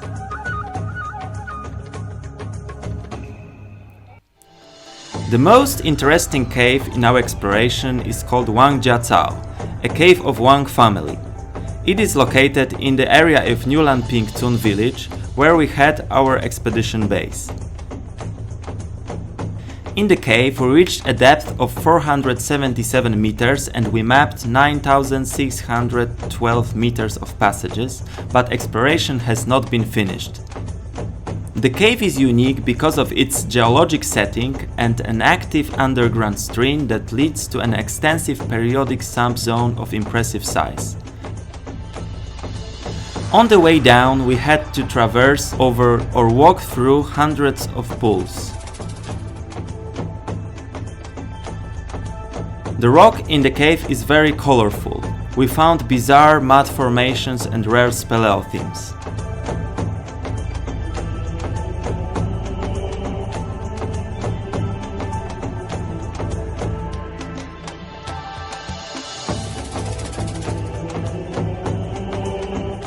The second large cave is called Luoxi Tiankang, that means big pit of a falling river. The cave is distinguished by an enormous 320 meters deep entrance pit with its bottom measuring 160 by 120 meters. We estimated its total volume to 3 million cubic meters. From the bottom of the pit leads a giant corridor that is over 1 kilometer long and finishes in a terminal siphon at a depth of 433 meters. Our exploration in China was stopped suddenly by the coronavirus pandemic in 2019. We hoped that the situation would come back to normal and we may be able to continue the exploration project in this remote underground world of Hubei province. Cave exploration of the Leoganger-Steinberge Massif, located in Salzburg Alps in Austria, has been carried out for many years. The Lamprechthofen cave system is the deepest cave traverse in the world, which means a cave with a record elevation difference between the lower and upper entrances. Exploration by Austrian cavers is marked in red. From 1979 to 1990, Polish expeditions have been exploring Lamprechthofen from the bottom entrance. The caves explored in the upper part of the massif since 1986 are marked in black. In total, 4 large caves were connected to the Lamprechthofen system, whereas in 2018 the CL3 cave was the last one to be connected. Nebersberg Kar is a very wide limestone plateau. The south-north section of the Lamprechthofen cave system shows the successive stages of exploration and the complex nature of the vertical development of the caves. Polish exploration from the bottom entrance is marked in blue. The caves explored by Polish expeditions not connected to the Lamprechthofen system are marked in green. Exploration in the 1980s was very difficult because of the equipment used at that time.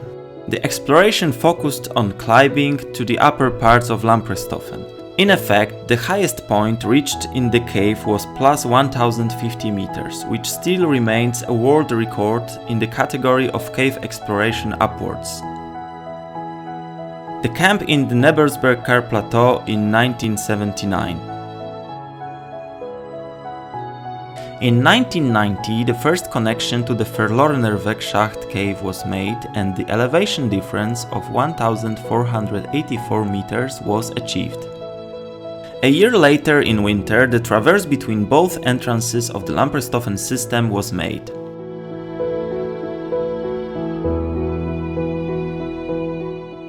In the meantime, more caves were found, located even higher. In 1995, the Vogelschacht cave was connected to the system. In 1998, a connection to the PL2 cave was found. As a result, the Lamprechthofen system became the world's deepest cave with the elevation of 1632 meters.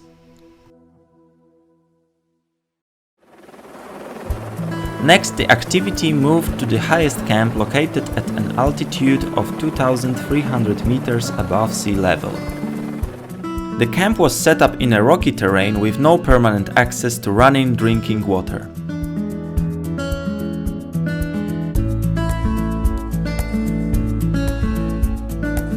Exploration of the CL3 cave began in 1996.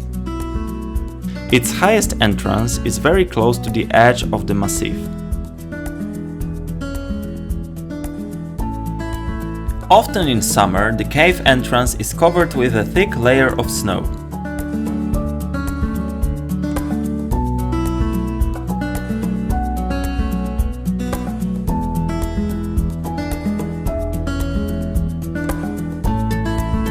The CL3 cave is a system of large pits and narrow corridors.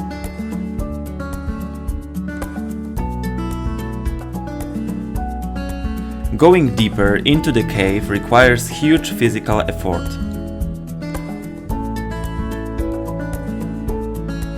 Aragonite crystals formed when air is blown between entrances help in finding a way through collapses and multi-level system of corridors. Underground bivouacs were set up in different places to allow for multi-day trips.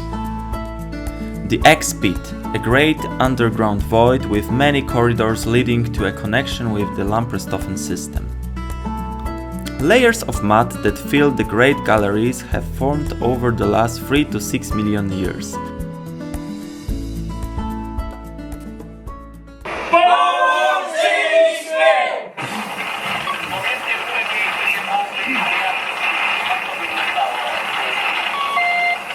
Kilka takich przełazików i doszliśmy do zaginionej galerii pod studnią X.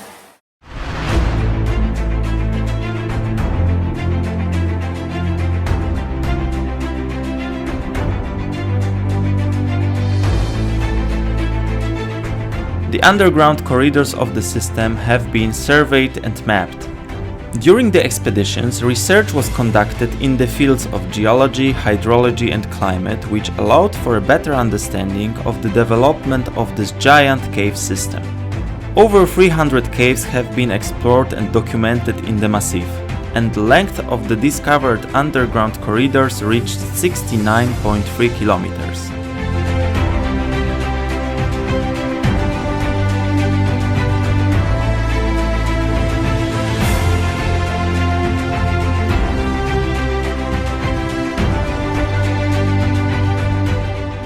The exploration of the Massif has not been finished. We are still hoping for more discoveries and further extension of the Lamperstoffen cave system.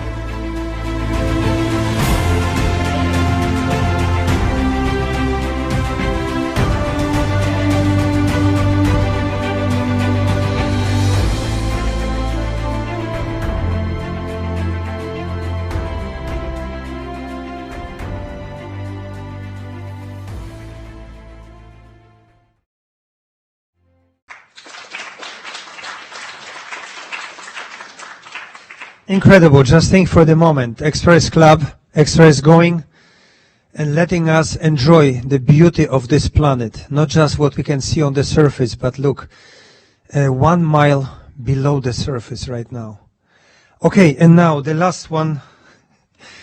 Please be patient for the last 10 minutes. Exploring is just bringing too many solutions. It's not just that someone goes, brings some material or just tells us, but also unpredictable solutions, ideas that are coming from being the first, seeing the things for the first time, and then sharing them with others. Our kayaking expedition from Poland lasted 2.5 years, one of the longest expeditions, non-sailing expeditions. 23 rivers, 13 rivers we ran for the first time in both Americas. But the cherry on the cake was the Colca Canyon in Peru, one of the deepest canyons on the planet. Here is a comparison with the Grand Canyon in Arizona, which is very impressive, but also it was working against us. This picture is from National Geographic magazine, but editors at that time in 1980s were trying to protect, let's say, Grand Canyon in Arizona, so they were delaying our publishing of the Colca Canyon for 11 years. That's the Colca.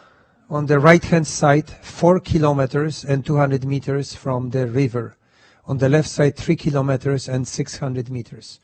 I have to be very fast. Just look how we looked like after exploration of 23 years. We remind of the sailors rescued from the sunken ship, not the explorers that make the fame in the world.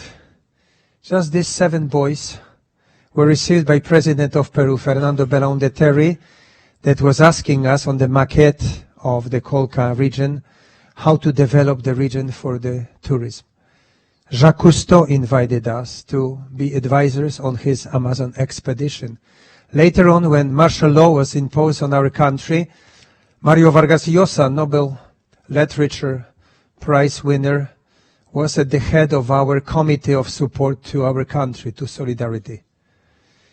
Guinness Book of Records, 1984, the cover page also show the world the canyon. Here in the kayak at the bottom, Piotr Meniński here in the room. But the most important publication was just 11 years later, even 12 years later, January 1993, rowing through the canyon, Earth's deepest canyon.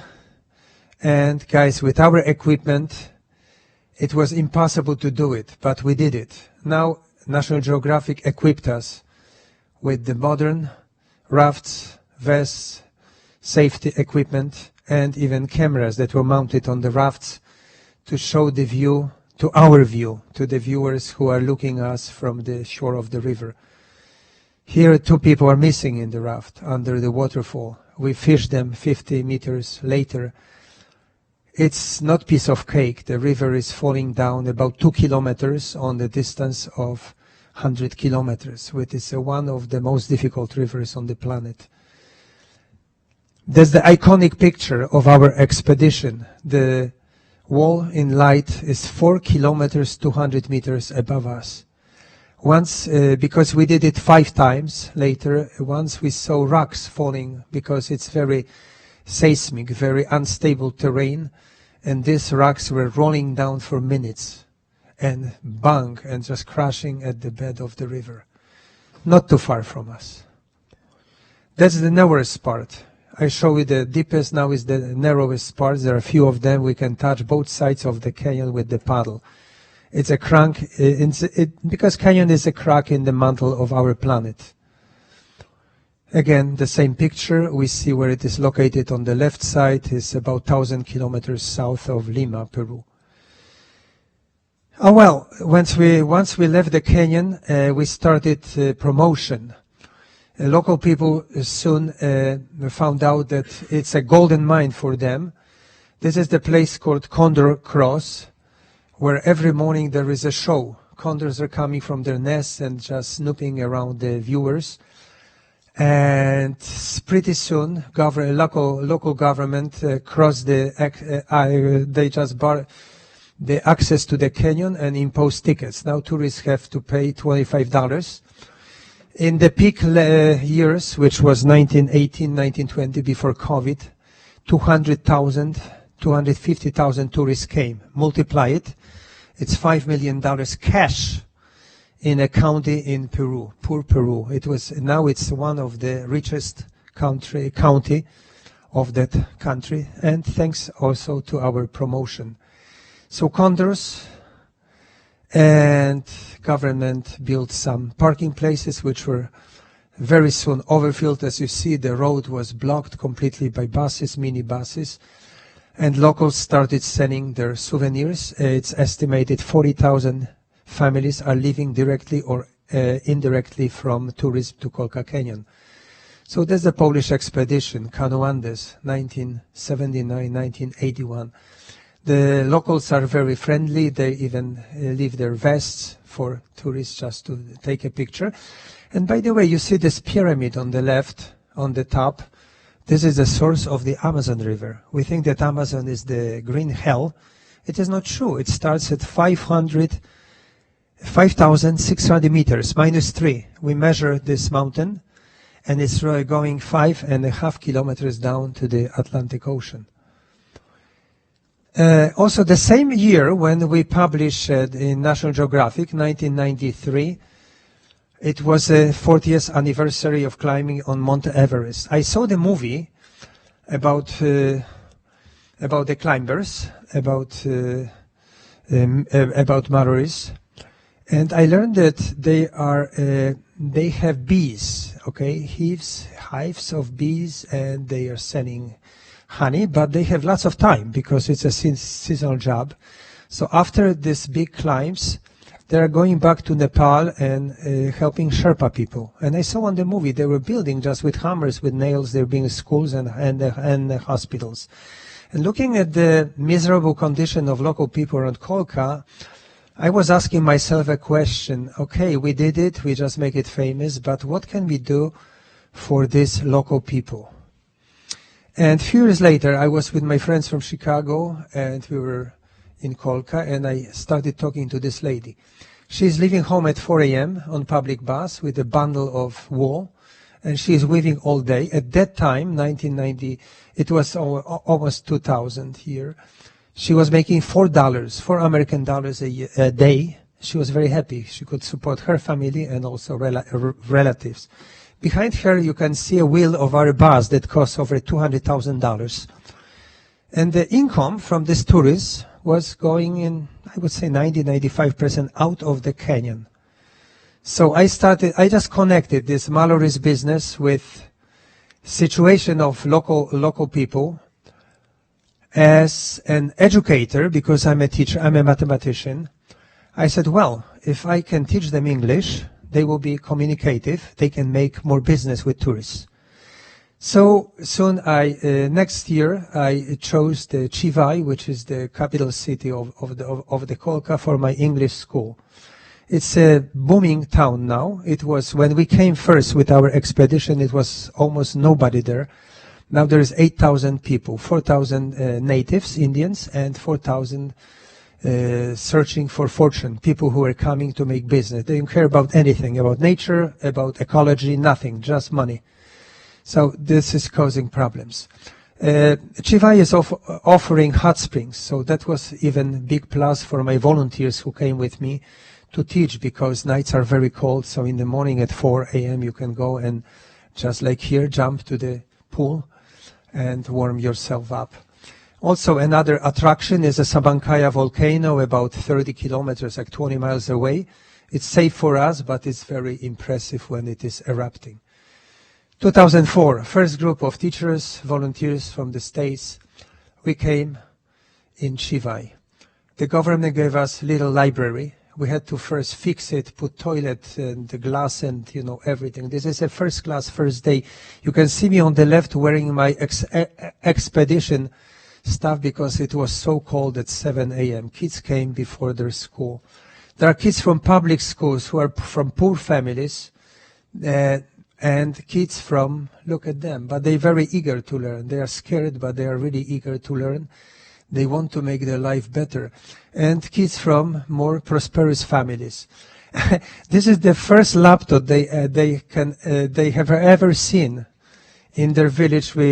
I brought it from Chicago public schools, and they started learning English. When we are there for 6 weeks, there is one summer school, or even 12 weeks if we just running 2. We are involved in their daily life. Here is a parade for Independence Day. They are dressed like their historical figures. Here is Tupac Amaru, who was fighting against Spaniards. And you see the gesture, this V, which is like symbol of modern life coming to the region. Now we have 3 networks of three networks of cellular phones. We have cables, we have TV, everything. Here they were wearing the vest of their ancestors. The legends say that people populated Colca Valley from Bolivia, coming down from White Peaks, and they were wearing such skins before.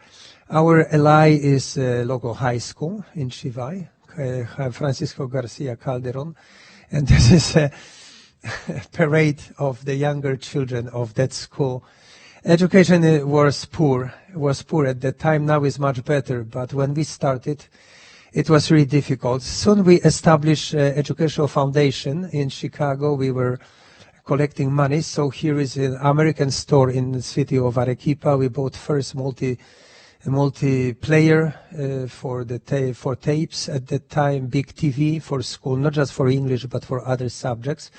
We bought first books. They were teaching English 2 hours a week in such a touristic region, and teachers who didn't have any clue about English, like physical education teacher was a big professor of English culture and language. And first success, 2004, these kids passed their final exam and they graduated. So here with diplomas and the party at the end.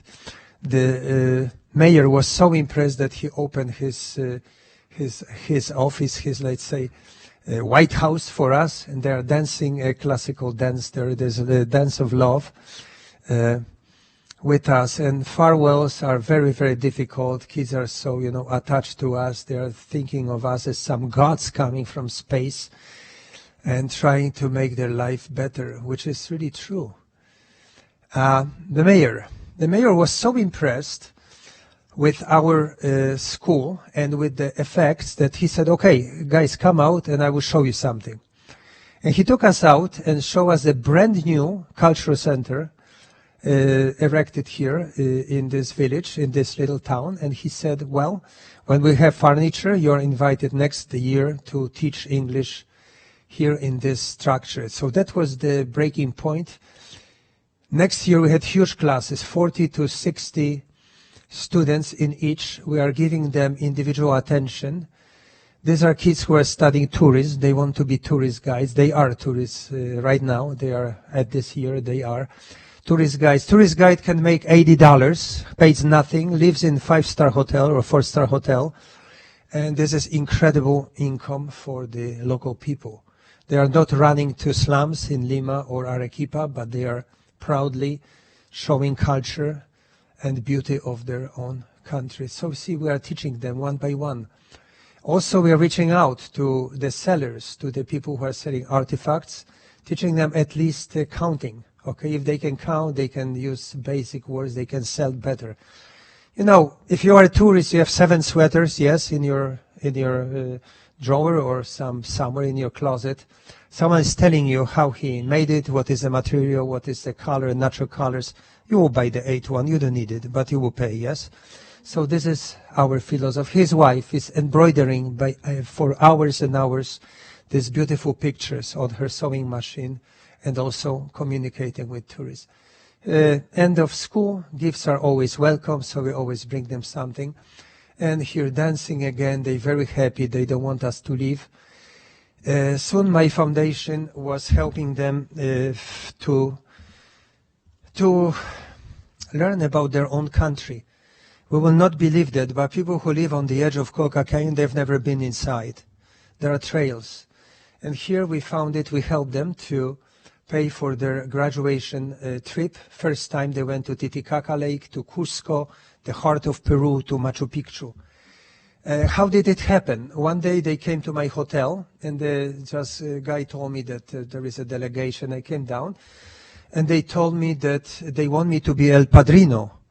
I got scared, you know, because I saw those movies from Mafia, from Sicilia. What the heck they want from me?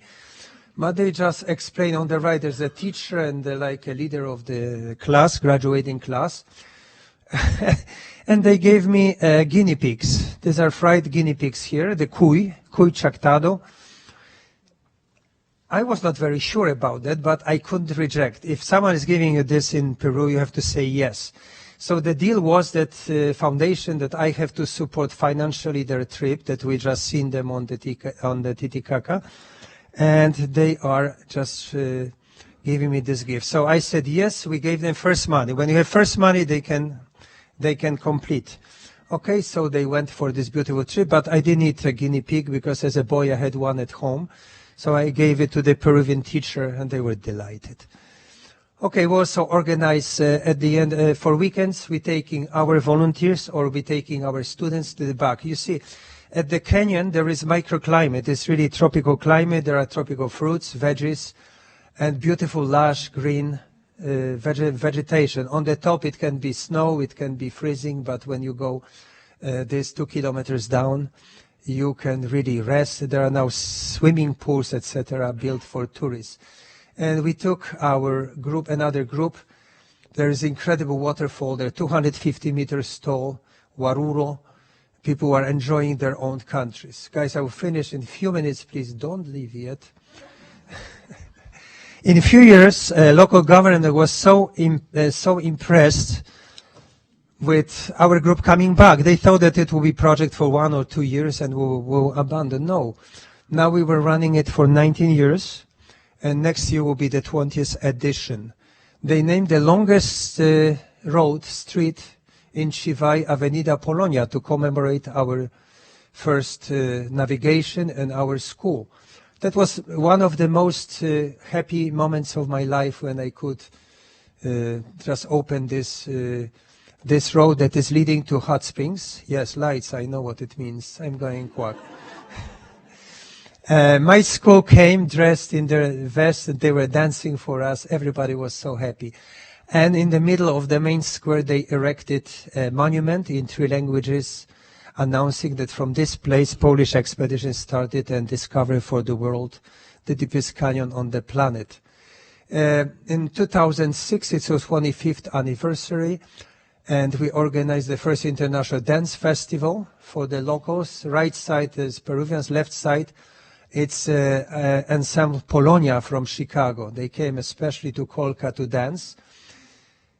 And at the end of the school with my wife, who is here, Ivona, they give us something like this beautiful scarves with our students. That was, even we are reaching out to 5th grades, 6th grades, and even younger kids.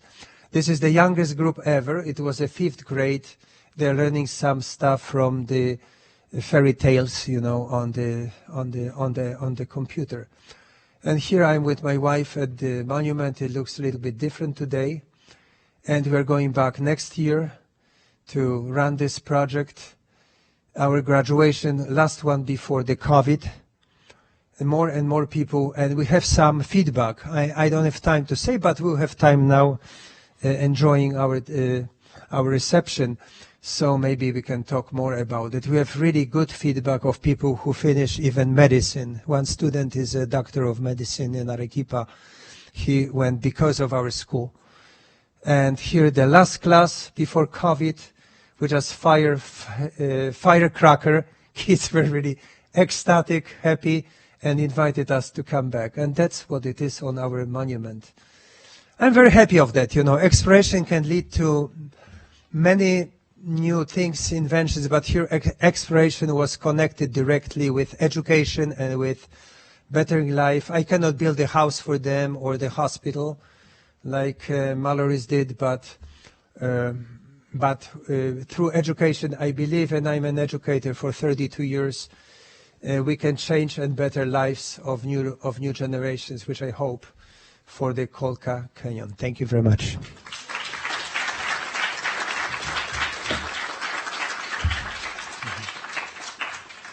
That's a symbol, yes? The red apple. Thank you so much. Now we'll proceed, and please enjoy your time, and we have more time. Thank you very much for your participation.